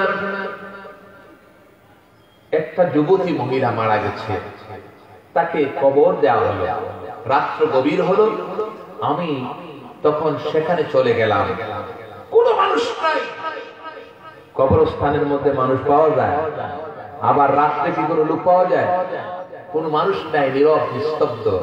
আস্তে আস্তে করে কবর করলাম। কবর খোঁড়ার পর এরপরে ওই যুবতীর লাশ এর কাছে গেলাম, যাওয়ার পর তার কাফনের কাপড়টা খুলে ফেললাম। একজন যুবতী, তার কাফনের কাপড় খোলার পর সে উলঙ্গ হয়ে গেল। এখন তাকে দেখার পর, এই উলঙ্গ যুবতী দেখার পর শয়তান আমাকে প্ররোচিত করলো, ওয়াসওয়াসা দিল, এত সুন্দর একটা যুবতী একা একা পাইছো, এখন আমি তার সাথে জিনা করলাম। জোরে বললেন না নাউজুবিল্লাহ। এখনো এই জাতীয় শেষরা চোর পাওয়া যায় কি যায়? আপনারা শোনেন নাই কিছুদিন আগে সোহরাওয়ার্দী হাসপাতালে, আপনারা পড়েন নাই, পেপার পত্রিকা পড়েন নাই? শেষরা চোর ওই মৃত লাশের সাথে জিনা করে। এখনো তাহলে আছে, আমরা এটা বিশ্বাস করতাম না, পেপারে পাওয়াতে এখন বিশ্বাস করা হয়। এবার যুবক বলছে, ইয়া রাসূলুল্লাহ, ওই যুবতীর সাথে আমি জিনা করলাম। জিনা করার পর আমি সামনে একটু আড়ালে গেলাম, একটু দূরে গেলাম, দূরে যে একটু বসে রইলাম। দেখলাম হঠাৎ করে ওই যুবতী জিন্দা হয়ে আমাকে বলছে, হে যুবক, বেহায়া, বেশরম, নির্লজ্জ যুবক, তোমার কত বড় স্পর্ধা আর কত বড় তুমি বেহায়া। আমি একজন মৃত লাশ, তুমি আমার সাথে জিনা করলা, আর কবরস্থ লোকদের সামনে আমাকে উলঙ্গ অবস্থায় রেখে আসলা। আমার ভাইয়েরা, এই যুবতী মহিলার এই কথা যখন যুবক শুনল, তার মনের ভিতরে চেঞ্জ হয়ে গেল। হায় রে, আমি কি করলাম? মানুষের কাপড় চুরি করি, আবার মৃত লাশের সাথে আমি জিনা করলাম। আমি যদি মারা যাই তাহলে আমার কি অবস্থা হবে? কিভাবে আমি কবরের মধ্যে থাকবো? কবরের আযাবের মধ্যে ফেরেশতাদের শাস্তি আমাকে উপভোগ করতে হবে। আমি তখন, ইয়া রাসূলুল্লাহ, ইয়া হাবিবাল্লাহ, আমি বুঝতে পারলাম সারা 60 বছর পর্যন্ত যে অপরাধ করেছি, এই অপরাধ যদি আমার মাফ না হয়, তাহলে কবরে গেলে আযাব ছাড়া, জাহান্নাম ছাড়া আমার কোনো পথ নাই। সেজন্য আপনার দরবারে এসেছি, আমার গুনাহ মাফের ব্যবস্থা আছে কিনা। আল্লাহ নবী মুহাম্মদ সাল্লাল্লাহু আলাইহি ওয়াসাল্লাম যুবককে বললেন, যুবক, দূর হয়ে যা শয়তান, তোমার মতো এত খারাপ লোক আল্লাহর জমিনের উপরে, আল্লাহর আকাশের নিচে জমিনের উপরে এমন খারাপ যুবক আর একজন মানুষও নাই, এমন খারাপ মানুষ একজনও নাই। ঠিক কিনা? আর জোরে বলুন, ঠিক কিনা? নবীজি সাল্লাল্লাহু আলাইহি ওয়াসাল্লাম এই যুবককে দাঁড়িয়ে দিলেন। এবার যুবক আল্লাহ নবীর দরবার থেকে যখন সে চলে যায়, কি করবে বুঝতে পারে না। একটি পাহাড়ের গুহার মধ্যে যুবক এবার সিজদার মধ্যে পড়ে যায়, আল্লাহর কাছে কান্নাকাটি করতে থাকে। আকাশের দিকে তাকায় না, আল্লাহর কাছে 40 দিন পর্যন্ত সিজদার মধ্যে পড়ে আল্লাহর কাছে কান্নাকাটি করতেছে, তওবা করছে। জোরে বলুন সুবহানাল্লাহ। কয়দিন? জোরে বলুন, কয়দিন? 40 দিন পর্যন্ত এই গুহার মধ্যে মাথাটা নিচের দিকে করে সিজদার মধ্যে পড়ে দুনিয়ার সব জিনিসের সাথে সম্পর্ক ছিন্ন করে যুবক কান্নাকাটি করছে। 40 দিন যখন হয়ে যায়, যুবকের মনের ভিতরে একটি ভাবনা তৈরি হলো, 40 দিন পর্যন্ত এই অবস্থায় আল্লাহ পাকের কুদরতি কদম মোবারকের মধ্যে আমি পড়ে আছি, মনে হয় অবশ্যই আল্লাহ আমার দিকে ফিরে তাকাবেন। এই জন্য 40 দিন পর্যন্ত যুবক আকাশের দিকে তাকায় নাই। 40 দিন হয়ে যাওয়ার পর এবার যুবক আকাশের দিকে তাকাইল। আকাশের দিকে তাকাইয়া এবার যুবক বলছে, ইয়া ইলাহা মুহাম্মাদিন ইয়া রাব্বাল আলামিন, মুহাম্মদ সাল্লাল্লাহু আলাইহি ওয়াসাল্লামের রব, কুল কায়নাতের রব আল্লাহ। সবাই একটু আল্লাহকে ডাক দিবেন, আল্লাহ।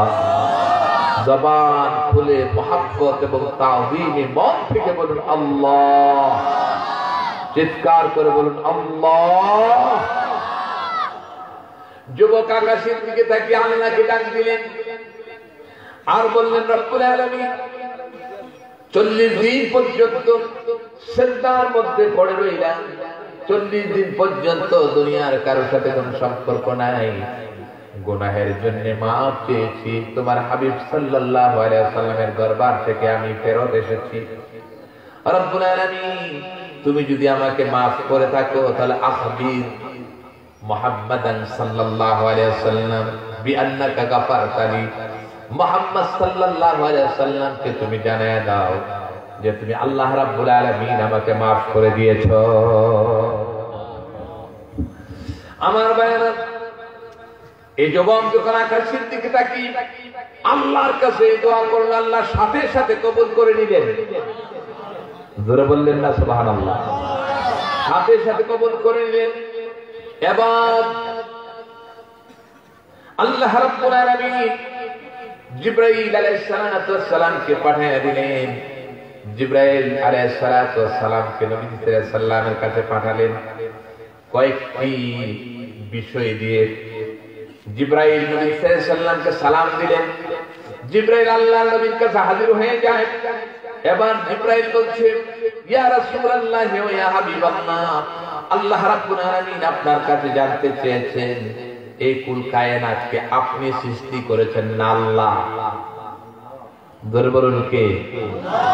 আরো জোরে বলুন কে?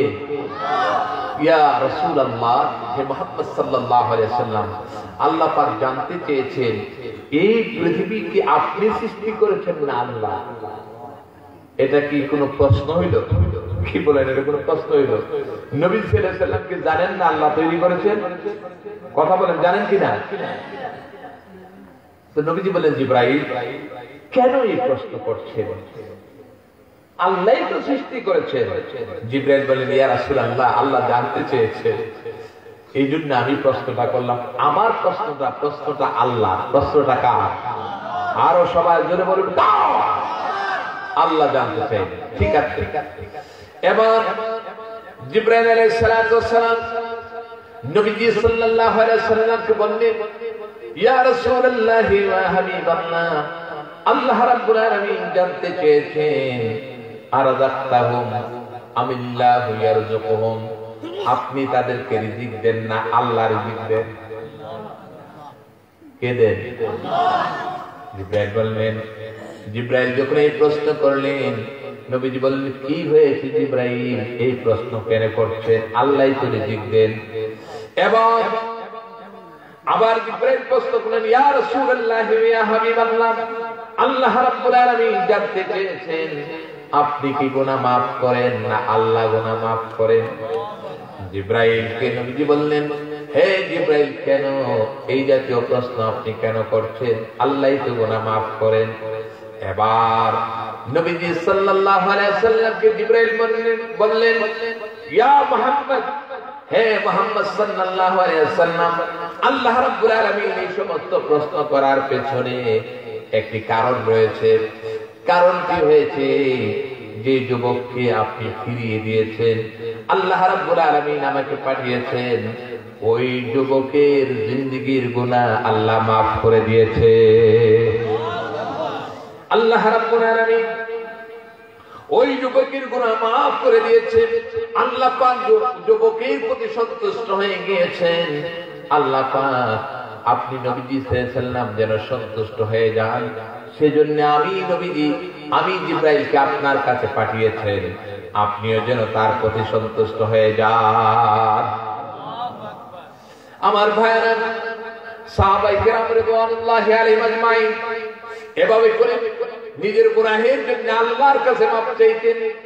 এক সাহাবী আল্লাহর নবী মুহাম্মদ সাল্লাল্লাহু আলাইহি ওয়াসাল্লামের দরবারে চলে আসলেন, এসে বললেন, ইয়া রাসূলুল্লাহ ইয়া হাবিবাল্লাহ, ইন্নী আযনাবতু যামবান, আমি একটি গুনাহ করেছি গো আল্লাহর নবী।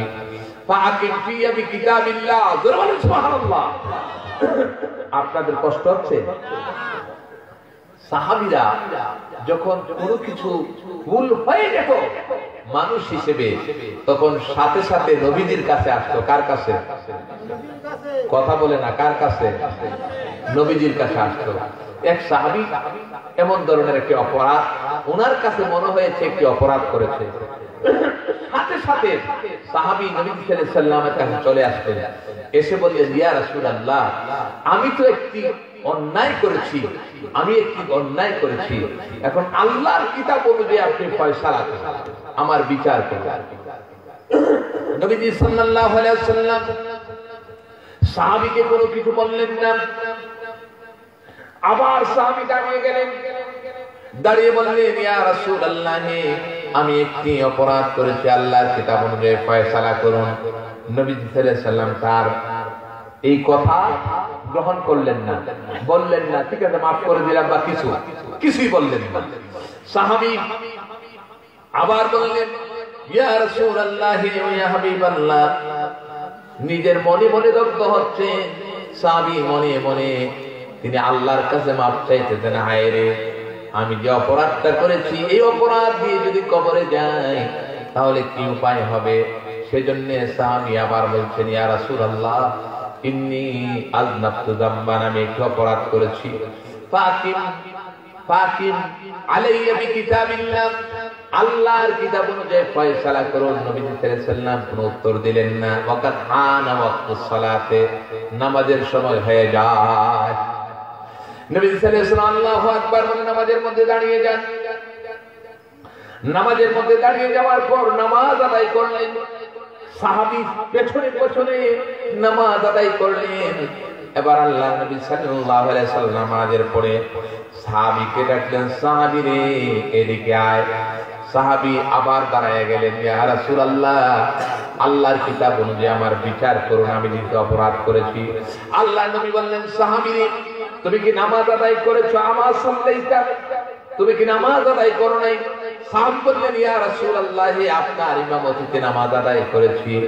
আল্লাহর নবী বললেন, সাহাবী রে, আমার পেছনে তুমি নামাজ আদায় করেছো, এই নামাজ আদায়ের কারণে আল্লাহ পাক তোমার গুনাহ মাফ করে দিয়েছে।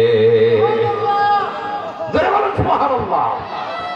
এখন এই নামাজ আমরা ছেড়ে দেই, করি না, ঠিক কিনা? এখন থেকে আজকে এই আপনার ইসলামী সুন্নি সম্মেলন থেকে আমরা কি ওয়াদা করতে পারি যে এখন থেকে আর কোনোদিন নামাজ ছাড়বো না? ওয়াদা করতে পারি? কথা বলেন, ওয়াদা করতে পারি কি পারি না?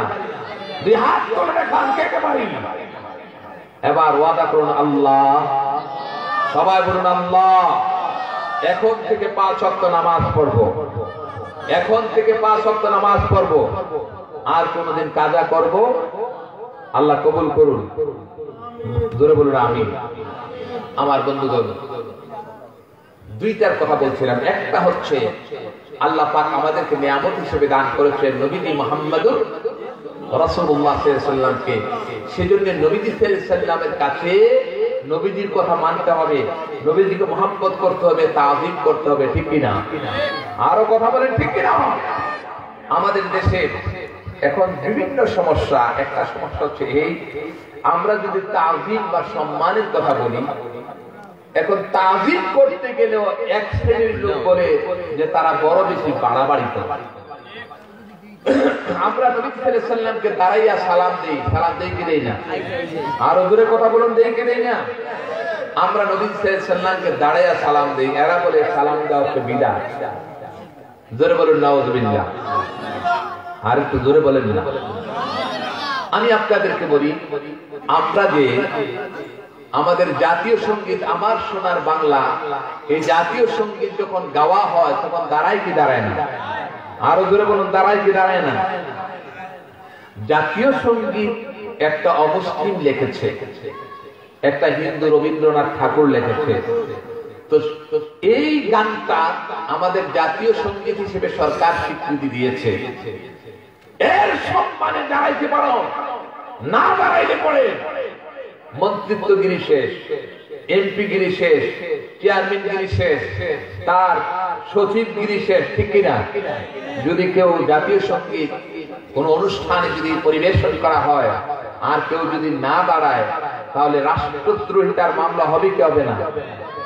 একটা জাতীয় সঙ্গীত তার জন্য যদি তুমি দাঁড়াইতে পারো সম্মানার্থে, যাকে সৃষ্টি না করলে কুল কায়নাত সৃষ্টি করা হতো না, সে মুহাম্মদ সাল্লাল্লাহু আলাইহি সাল্লামের সম্মানে দাঁড়ানো জায়েজ না না জায়েজ? আরো জোরে বলেন, জায়েজ না না জায়েজ? দাঁড়াইতে তোমার কেন কোনটা মনে হয়? বুঝা যায় তোমার মনের মধ্যে নাফাকি আছে, ঠিক কিনা? বুঝতে হবে বিষয়। আমরা নবীজিকে মহব্বত করি, আমরা নবীজিকে সম্মান করি। মহব্বত করা, সম্মান করা, এর নাম হচ্ছে ঈমান, ঠিক কিনা? অনেক কথা। আরেকটি বিষয় বলে আজকে আমি শেষ করে দেব। আবার এটা হচ্ছে একটা হাফিজিয়া মাদ্রাসা। কি মাদ্রাসা? হাফিজিয়া মাদ্রাসা। আমি যা বলছি কোরআন থেকে বলছি। কি থেকে? কোরআন থেকে। আরেকটি কথা বলে এরপরে আমার আলোচনা শেষ করব। আমার ভাই, আল্লাহ রাব্বুল আলামিন বলেন, শাহরু রমাদানাল্লাযী উনজিলা ফীহিল কুরআন হুদাল লিন-নাসি ওয়া বাইনাতিন মিনাল হুদা ওয়াল ফুরকান। আল্লাহ বলছেন এটা হচ্ছে রমজান মাস। যে রমজান মাসে আমি কোরআন অবতীর্ণ করেছি, হুদাল লিন-নাস, কুল কায়নাত সবার হেদায়েতের জন্য, মুক্তির জন্য, সঠিক পথ প্রদর্শনের জন্য আমি কোরআন দান করেছি। জোরে বলেন সুবহানাল্লাহ। কোরআন হচ্ছে আল্লাহ পাকের কিতাব। কোরআন কার কিতাব? জোরে বলেন। কোরআন কার কিতাব? কোরআন কার কথা? আল্লাহর কথা। এটা কি মানুষের কথা না আল্লাহর কথা? আরো জোরে বলেন, কার কথা? কোরআন অবতীর্ণ হয়েছে আজ থেকে ১৫০০ বছর আগে। এই পর্যন্ত পৃথিবীতে কোরআন যখন অবতীর্ণ হয় তখন আল্লাহ পাক চ্যালেঞ্জ করেছেন আরবের বড় বড় বুদ্ধিজীবী, আরবের বড় বড় কবি, সাহিত্যিক, যারা আরবি ভাষায় পাণ্ডিত্যতা অর্জন করেছে, তাদের কাছে আল্লাহ পাক চ্যালেঞ্জ করে দিয়েছেন, আমি যে কোরআন অবতীর্ণ করেছি, এই কোরআনের মধ্যে যদি কোনো সন্দেহ থাকে তাহলে তোমরা এই কোরআন, গোটা কোরআন নয়, কোরআনের একটি সূরার মতো, কোরআনের একটি আয়াতের মতো একটি আয়াত বানায় দেখাও। আল্লাহ রাব্বুল আলামিন বললেন, হে আরবের লোকেরা তোমরা শুনো, ইন কুনতুম ফি রাইবিন মিম্মা নাযালনা আলা আবদিনা ফাআতু বিসূরাতিন মিন মিথলিহি ওয়াদউ শুহাদাআকুম মিন দুনিল্লাহি ইন কুনতুম সাদিকিন। যারা বলেন সুবহানাল্লাহ। আমার ভাইরা, আল্লাহ রাব্বুল আলামিন নবীজি সাল্লাল্লাহু আলাইহি সাল্লামকে বললেন, হে মুহাম্মদ সাল্লাল্লাহু আলাইহি সাল্লাম, আপনি আরবের লোকদেরকে বলে দেন, ইন কুনতুম ফি রাইবিন মিম্মা نزلنا على عبدنا فأتوا بسورة من مثله। যদি আমি যে কোরআন আমার হাবিব মুহাম্মদ সাল্লাল্লাহু আলাইহি সাল্লামের উপর অবতীর্ণ করেছি। এই কোরআন এর মধ্যে যদি কোনো সন্দেহ থাকে, কোরআনের একটি সূরার মতো একটি সূরা বানায় এনে দাও। ওয়াদউ শুহাদাকুম মিন দুনিল্লাহ, আর এই দুনিয়ার মধ্যে যত সাহায্যকারী আছে আল্লাহ ছাড়া তোমাদের, সমস্ত সাহায্যকারীদেরকে তোমরা ডেকে আনো, তোমাদেরকে সাহায্য করো। এই কোরআনের সূরার মতো একটি সূরা তোমরা বানায়া এনে দাও। ইন কুনতুম সাদিকিন, যদি তোমরা সত্যবাদী হয়ে থাকো। এই চ্যালেঞ্জ দেওয়া হয়েছে ১৫০০ বছর আগে। কত বছর আগে? কথা বলে না, ১৫০০ বছর আগে। এই চ্যালেঞ্জ এখনো আছে কি নাই? কোরআন শরীফের মধ্যে এই আয়াতটা আছে কি নাই? এই পর্যন্ত যুগ যুগ কাল কালান্তর অতিক্রান্ত হয়েছে, কত মনীষী ঋষি বিজ্ঞানী সাহিত্যিক, কত পণ্ডিত পৃথিবীর জমিন থেকে বিদায় হয়ে গেছে, কিন্তু এই পর্যন্ত কোরআনের মধ্যে কোনো ভুল পায় নাই, পাবেও না। ঠিক কিনা? আরো ধরে বলুন ঠিক কিনা? কোরআনের মধ্যে কোনো প্রকার ভুল নেই। আল্লাহ পাক এই কোরআনকে অবতীর্ণ করেছেন নিজে, এবং নিজে আল্লাহ পাক এই কোরআনের হেফাজতের দায়িত্ব নিয়েছেন। ঠিক কিনা? আপনারা দেখেছেন গত কয়েকদিন আগে ভারতের আদালতে একজন শিয়া, ভারতের আদালতে একজন শিয়া রিট করেছে, মামলা করেছে যে কোরআনে কারীমের 26টি আয়াতকে বাজেয়াপ্ত করা হোক। শুনেন নাই আপনারা? কথা বলেন, শুনেন নাই? কোরআনে কারীমের 26টি আয়াতকে বেদ করা হোক, বন্ধ করে দেওয়া হোক, বাজেয়াপ্ত করা হোক। ভারতের আদালতের মধ্যে মামলা দায়ের করেছে। আমরা মুসলমান যারা আছি, আমরা যারা বিশ্বাস করি কোরআন আল্লাহর কিতাব, এই কোরআনকে সম্মান করা আমাদের দায়িত্ব আছে কি নাই? একটু জোরে বলতে হবে, আছে কি নাই? আমরা দায়িত্বহীন ভাবে বলতে চাই, ভারতের আদালতে যে শিয়া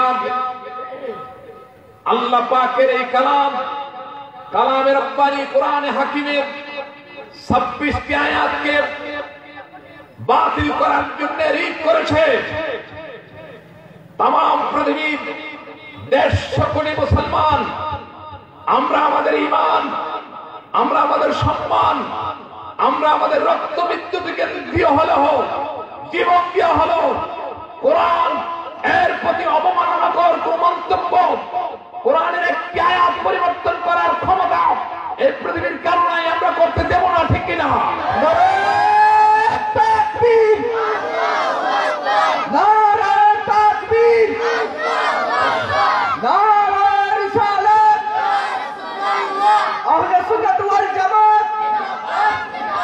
বাঁচাও ইমান, বাঁচাও দেশ, সাহেব কিবলার নির্দেশ, হযরত মাওলানা আলহাজ মুফতি ডক্টর বদিউল আলম সরকার সাহেব। আমি দায়িত্বহীন করতে বলতে চাই, কোরআনের ইজ্জত রক্ষার জন্য, আল্লাহর কালামের সম্মান রক্ষার জন্য যদি জীবন দিতে হয়, যদি রক্ত দিতে হয়, এই ধরনের কর্মসূচি যদি আমাদের সামনে আসে, আমরা জীবন দিতে প্রস্তুত আছি কি নয়?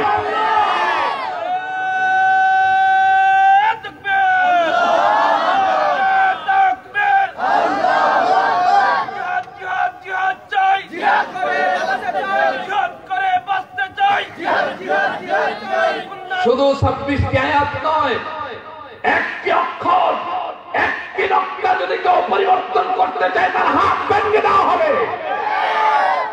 শুধু হাত ভেঙে দেওয়া হবে নয়, বরং এই লোককে দুনিয়ার জমিন থেকে নিশ্চিহ্ন করে দেওয়া হবে ইনশাআল্লাহ।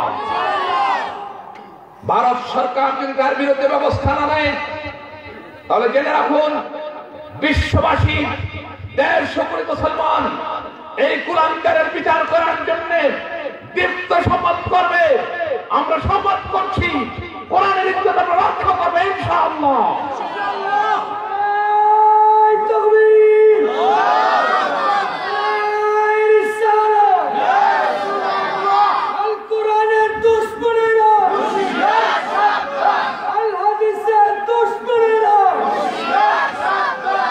সম্মানিত উপস্থিতি, সে কোরআনের একটি আয়াত তেলাওয়াত করেছে। আল্লাহ রাব্বুল আলামিন বলেন, শাহরু রমাদানাল্লাযী উনজিলা ফীহিল কুরআন। এটা হচ্ছে রমজান মাস, যে রমজান মাসের মধ্যে কোরআনে কারীম অবতীর্ণ করেছি আমি আল্লাহ। হুদাল লিন-নাস, মানুষের হিদায়াতের জন্য, ওয়া বাইয়িনাতিন মিনাল হুদা ওয়াল ফুরকান, আর হেদায়েতের সমস্ত বিষয়গুলো এখানে স্পষ্ট করে দিয়েছি। এই কোরআন হয়েছে সত্য মিথ্যার মধ্যে পার্থক্য সূচিতকারী কিতাব। অতএব এই যে হেফজখানা, এই হেফজখানার মধ্যে কোরআন শরীফ মুখস্থ করা হয়, ঠিক কিনা? এখানে কি পড়া হয়? কোরআন। কি পড়ানো হয়? কোরআন পড়ানো হয়। আমার বন্ধুগণ, সে কোরআন, এখানে দুইটা জিনিস আজকে আমি এখানেই শেষ করতে চাই। দুইটা জিনিস, একটা হচ্ছে কোরআন। আল্লাহ বলেন শাহরু রমাদান আল্লাযী উনজিলা ফীহিল কুরআন। একটা হলো রমজান মাস, আর এই মাসে কোরআন অবতীর্ণ করেছি।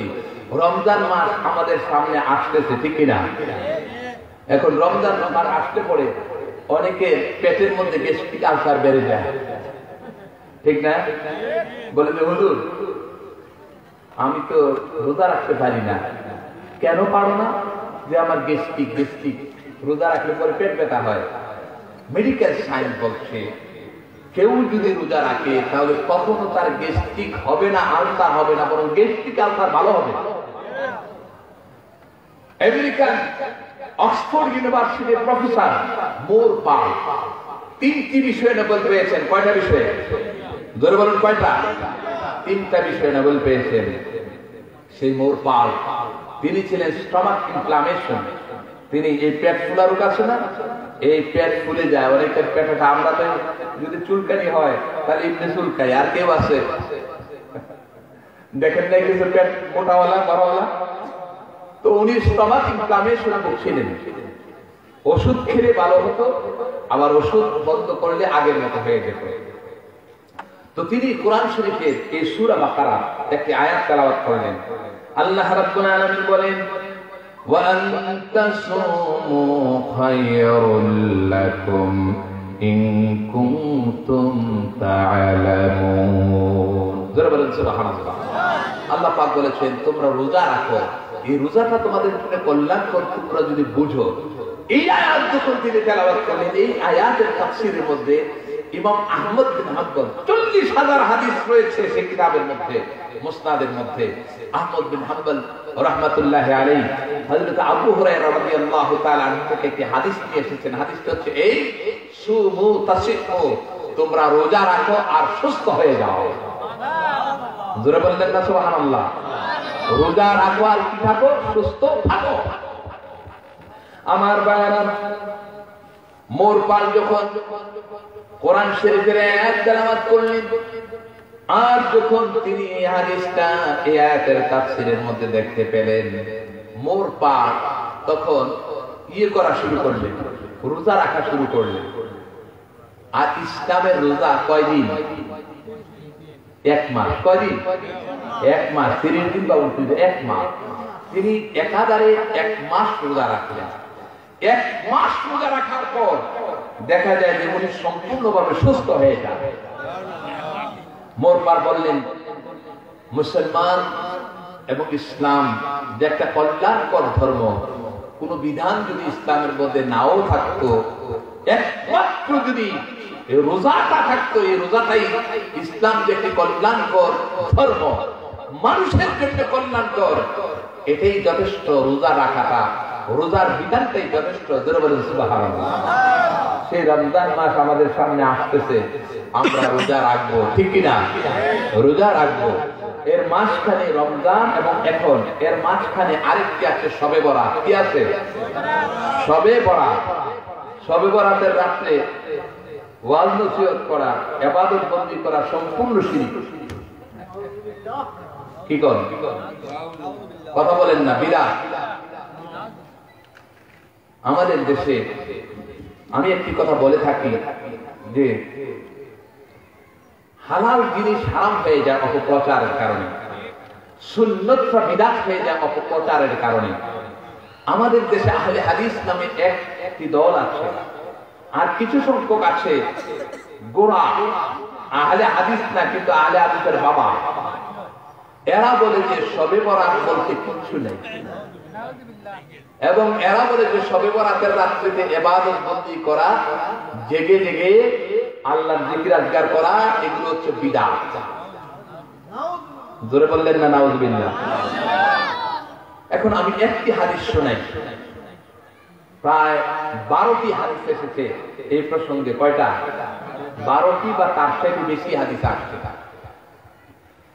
12 জনের বেশি সাহাবী শবে বরাতের ফজিলত সম্পর্কে হাদিস বর্ণনা করেছেন নবী সাল্লাল্লাহু আলাইহি ওয়াসাল্লাম।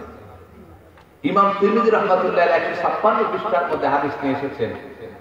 ইবনে মাজাহ শরীফের মধ্যে হাদিস এসেছে। তারপরে এইভাবে করে বহু হাদিসের কিতাবের মধ্যে একটি নয়, দুইটি নয়, অসংখ্য হাদিস এই শবে বরাতের ফজিলত সম্পর্কে এসেছে। হযরত মুআয বিন জাবাল রাদিয়াল্লাহু তাআলা আনহু থেকে একটি হাদিস, হযরত আলী বিন আবি তালিব রাদিয়াল্লাহু তাআলা আনহু থেকে একটি হাদিস, হযরত আল্লামা বদরুদ্দিন আইয়ুবী রাহমাতুল্লাহ আলাইহি দাতুল কারির মধ্যে হাদিস কারামে এসেছেন। আল্লাহ নবী সাল্লাল্লাহু আলাইহি ওয়াসাল্লাম বলেছেন, ইযা কানাত লাইলাতুন নিসফি মিন শাবান, শাবান মাসের 15 তারিখ তথা শবে বরাতের রাত্রি যখন উপস্থিত হয়ে যায়, ফাকুমু লাইলাহা ওয়া সুমু নাহারাহা, তোমরা রাত্রির বেলায় জেগে জেগে ইবাদত করো, দিনের বেলায় রোজা রাখো।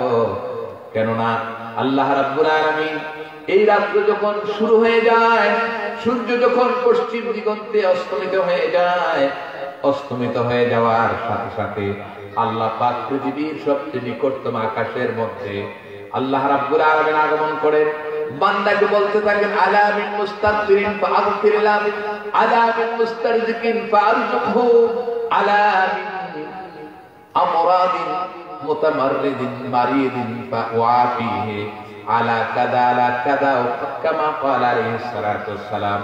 আল্লাহর নবী বলেন, আল্লাহ রাব্বুল আলামিন পৃথিবীর নিকটতম আকাশের মধ্যে সে বান্দাকে বলতে থাকেন, বান্দারা রে, তোমাদের মধ্যে কি আছো জীবনভর গুনাহ করেছো, অপরাধ করেছো, আজকের এই রাত্রিতে আমার কাছে মাফ চাও, আমি আল্লাহ তোমার জীবনের গুনাহ মাফ করে দেব।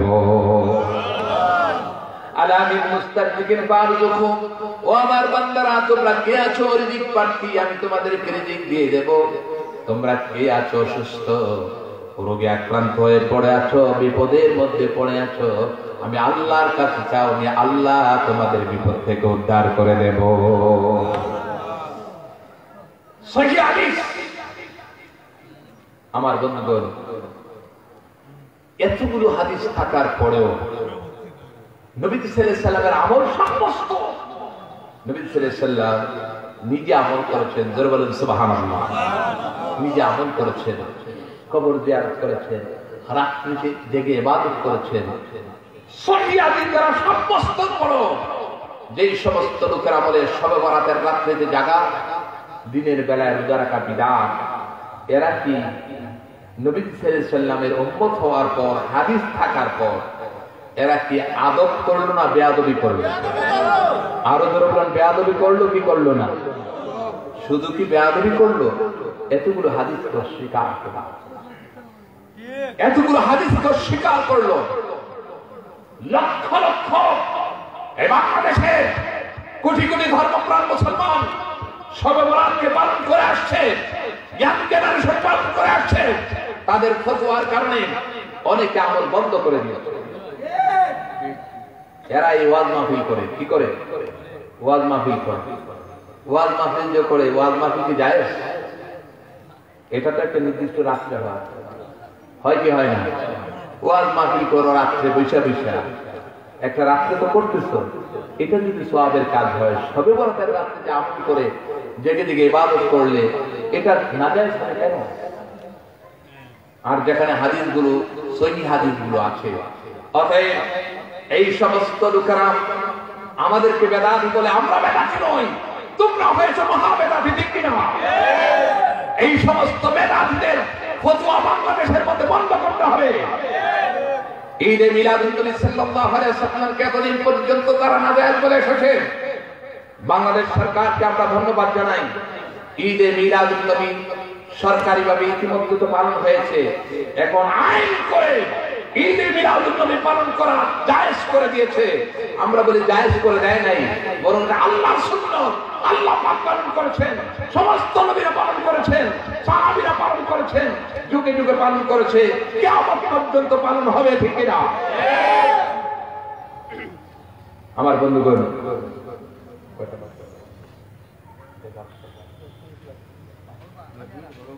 বন্ধুগণ, দীর্ঘ সময় পর্যন্ত আপনাদের খেদমতে যা আলোচনা করেছি, আমি মনে করেছিলাম হয়তো বা আরো অনেক মানুষ হবে। আলহামদুলিল্লাহ যে কয়জন হয়েছে হেদায়েত,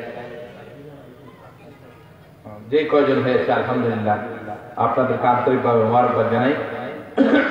এরপরে আরেকজন বাংলাদেশের প্রখ্যাত আলিম দ্বীন আপনাদের সামনে ওয়াজ করবেন, চলে আসছেন আলহাজ মুফতি মাওলানা মোহাম্মদ ওসমান গনি সালেহ সাহেব, উনি চলে আসছেন, এই 5 মিনিটের মধ্যে চলে আসছেন। আমি এই 5 মিনিটের মধ্যে আপনাদেরকে কয়েকটি কথা বলে যাই। যেই কথাগুলো আমরা বললাম এগুলো কোরআন হাদিস থেকে বলেছি, ঠিক কিনা? আরো জোরে বলুন, ঠিক কিনা? আমরা তো নিজেদের জন্য বলি না। নবী সাল্লাল্লাহু আলাইহি ওয়াসাল্লামের মহব্বতের কথা, তাজিমের কথা, ভালোবাসার কথা, কোরআনের কথা, এগুলোকে একজন মুসলমান বলবে না? এই উঠবেন না, কেউ বলবে না? কি বলেন, বলবে কি বলবে না? বলবে। এই কোরআন পড়ানো হয়, কোরআনের হাফেজ করানো হয় এই হাফিজিয়া মাদ্রাসায়। আমার ভাইরা উঠলে তো আরেকজন এসে কিনবে, মানে আপনাদের মুখ না থাকলে কিভাবে? এই হাফিজিয়া মাদ্রাসা সম্বন্ধে কিছু বয়ান করেন। হাফিজিয়া মাদ্রাসা, আমি মনে করি এই হাফিজি মাদ্রাসা কোরআনের মাদ্রাসা। কিসের মাদ্রাসা? কোরআনের মাদ্রাসা। আজকে দেখা যায় এই কোরআনের জ্ঞান না থাকার কারণে, আজকে কোরআনের জ্ঞান না থাকার কারণে মুরব্বীদেরকে সম্মান করতে চায় না, বাবা মার খেদমত করতে চায় না। যার ভিতরে কোরআনের জ্ঞান নাই এই লোকটা হচ্ছে একদম বড় জাহেল এবং মূর্খ, ঠিক কিনা? মান লাইসা ফি কলবিহি শাইউন মিনাল কোরআন কাল বাইতিল খারিব। আপনারা যেই বাড়ি, ওই পরিত্যক্ত বাড়ি আছে না, পরিত্যক্ত বাড়ি, নবী সাল্লাল্লাহু আলাইহি ওয়াসাল্লাম বলেছেন যার কলবের মধ্যে কোরআন নাই এটা হচ্ছে পরিত্যক্ত বাড়ির মতো, তার কলবটা হচ্ছে পরিত্যক্ত বাড়ির মতো। আর কোরআনকে যারা ধরবে আল্লাহ সুবহানাহু ওয়া তাআলা সে যদি জিরু হয় আল্লাহ তাকে হিরু করে দিবেন। সুবহানাল্লাহ। আল্লামা ইকবাল রাহমাতুল্লাহ আলাইহি তিনি বলেছেন উতর করগার হেরা সে, উতর করগার হেরা সে সোয়ে গম আয়া और एक नुस्खाए क़ियासत लाया। जरा बोलो सुबहानाल्लाह। আল্লাহ নবী সাল্লাল্লাহু আলাইহি ওয়াসাল্লাম গানে হেরা থেকে একটি হীরক খণ্ড নিয়ে আসলেন, পরশ পাথর। পরশ পাথরের সংস্পর্শে এসে আরবের বর্বর মানুষগুলো মহাসভ্য মানুষে পরিণত হয়ে যায়। সেই কোরআন আমাদের কাছে আছে কি নাই? আরো জোরে বলুন, আছে কি নাই? এই কোরআন হেফজ করানো হয় এই হাফিজিয়া মাদ্রাসায়। আপনারা এই হাফিজিয়া মাদ্রাসা আপনাদের সন্তানদেরকে দিবেন। মা বোনেরা, এলাকার আমার মুসলিম ভাইরা, মুসলমান ভাইরা, আপনাদেরকে বিনয়ের সাথে বলবো হাফিজিয়া মাদ্রাসায় আপনাদের সন্তানদেরকে পড়াবেন, মাদ্রাসাগুলোতে দিবেন। 1 2 নম্বরে এই মাদ্রাসার কিনা বলা হয় মাদ্রাসা চালাতে কিন্তু টাকা পয়সা লাগে না মনে হয়। হুজুরদের তো খাওয়ার দরকার নেই, কি বলেন? ছাত্র কি খাওয়ার দরকার আছে না? না খাইলে তো চলবে, এরা তো হুজুর। আমার কথাগুলোকে বুঝে আসছে আপনাদের? এখানে ছাত্রদের খাওয়ার ব্যাপার আছে, লেখাপড়ার ব্যাপার আছে, যারা টিচার আছেন, যারা ওস্তাদ আছেন তাদের বেতনের ব্যাপার আছে। তা আপনাদের এলাকার প্রতিষ্ঠান, আপনারা তো তাদের একটু খেদমত করা দরকার। কারণ কোরআনের সাথে যদি সম্পৃক্ত হয়, যদি কোনো ব্যক্তি কোরআন হেফাজত করে, মুখস্থ করে, কোরআন অনুযায়ী আমল করে, আল্লাহ সুবহানাহু ওয়া তাআলা এই ব্যক্তিকে জান্নাতে প্রবেশ করার অনুমতি দান করবেন। আদখালাহুল্লাহুল জান্নাহ, আল্লাহ তাকে জান্নাতে প্রবেশ করাবেন।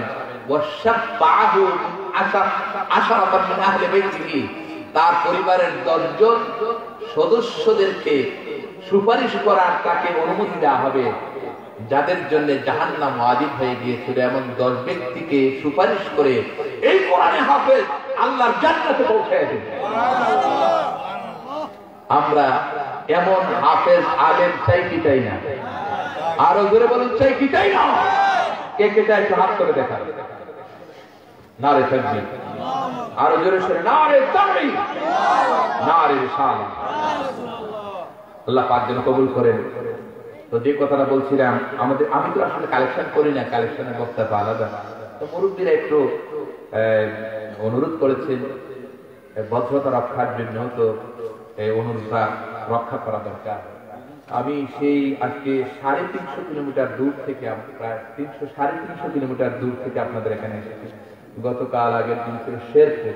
আমি বুঝতে পারি না যে এত দূর, মানে এত দূর যেমন মনে করছে 150-200 কিলোমিটার হবে। অনেক সময় লেগেছে, ডাইরেক্ট মানে বিশ্রাম না করে এখানে স্টেজে চলে আসছি। তো আমি আপনাদের জন্য দোয়া করবো ইনশাআল্লাহ। যারা এই মাদ্রাসার প্রতি একটু নেক নজর দিবেন, যারা মাদ্রাসার খেদমত করবেন, আমি তাদের জন্য দোয়া করব। এবং আপনাদের এই টাকাটা বিফলে যাবে না ইনশাআল্লাহ। আমি বিনয়ের সাথে বলতে চাই, কোন ভাই আছেন যে মাদ্রাসায় 10,000 টাকা দেবো, 5,000 টাকা দেবো, 2,000 টাকা দেবো, আমি 1,000 টাকা দেবো, একটু মেহেরবানি করে একটু বলুন তো, আমি এখনই ছেড়ে দিব। আরেকজন চলে আসছেন, এর পরবর্তী আজকের প্রধান আকর্ষণ উনি চলে আসতেছেন, উনি বাকি আলোচনা পেশ করবেন আপনাদের সামনে। তো কোন ভাই দিবেন? নগদ যদি থাকে নগদ দেন, আর নগদ যদি না থাকে আপনারা বলেন, এখানে লিখা থাকবে, পরবর্তীতে আপনারা দিয়ে দিবেন। আমার ভাইয়েরা তাড়াহুড়া করবেন না, উঠা বসা করবেন না, তাড়াতাড়ি করে একটু বলে ফেলবেন, তাড়াতাড়ি।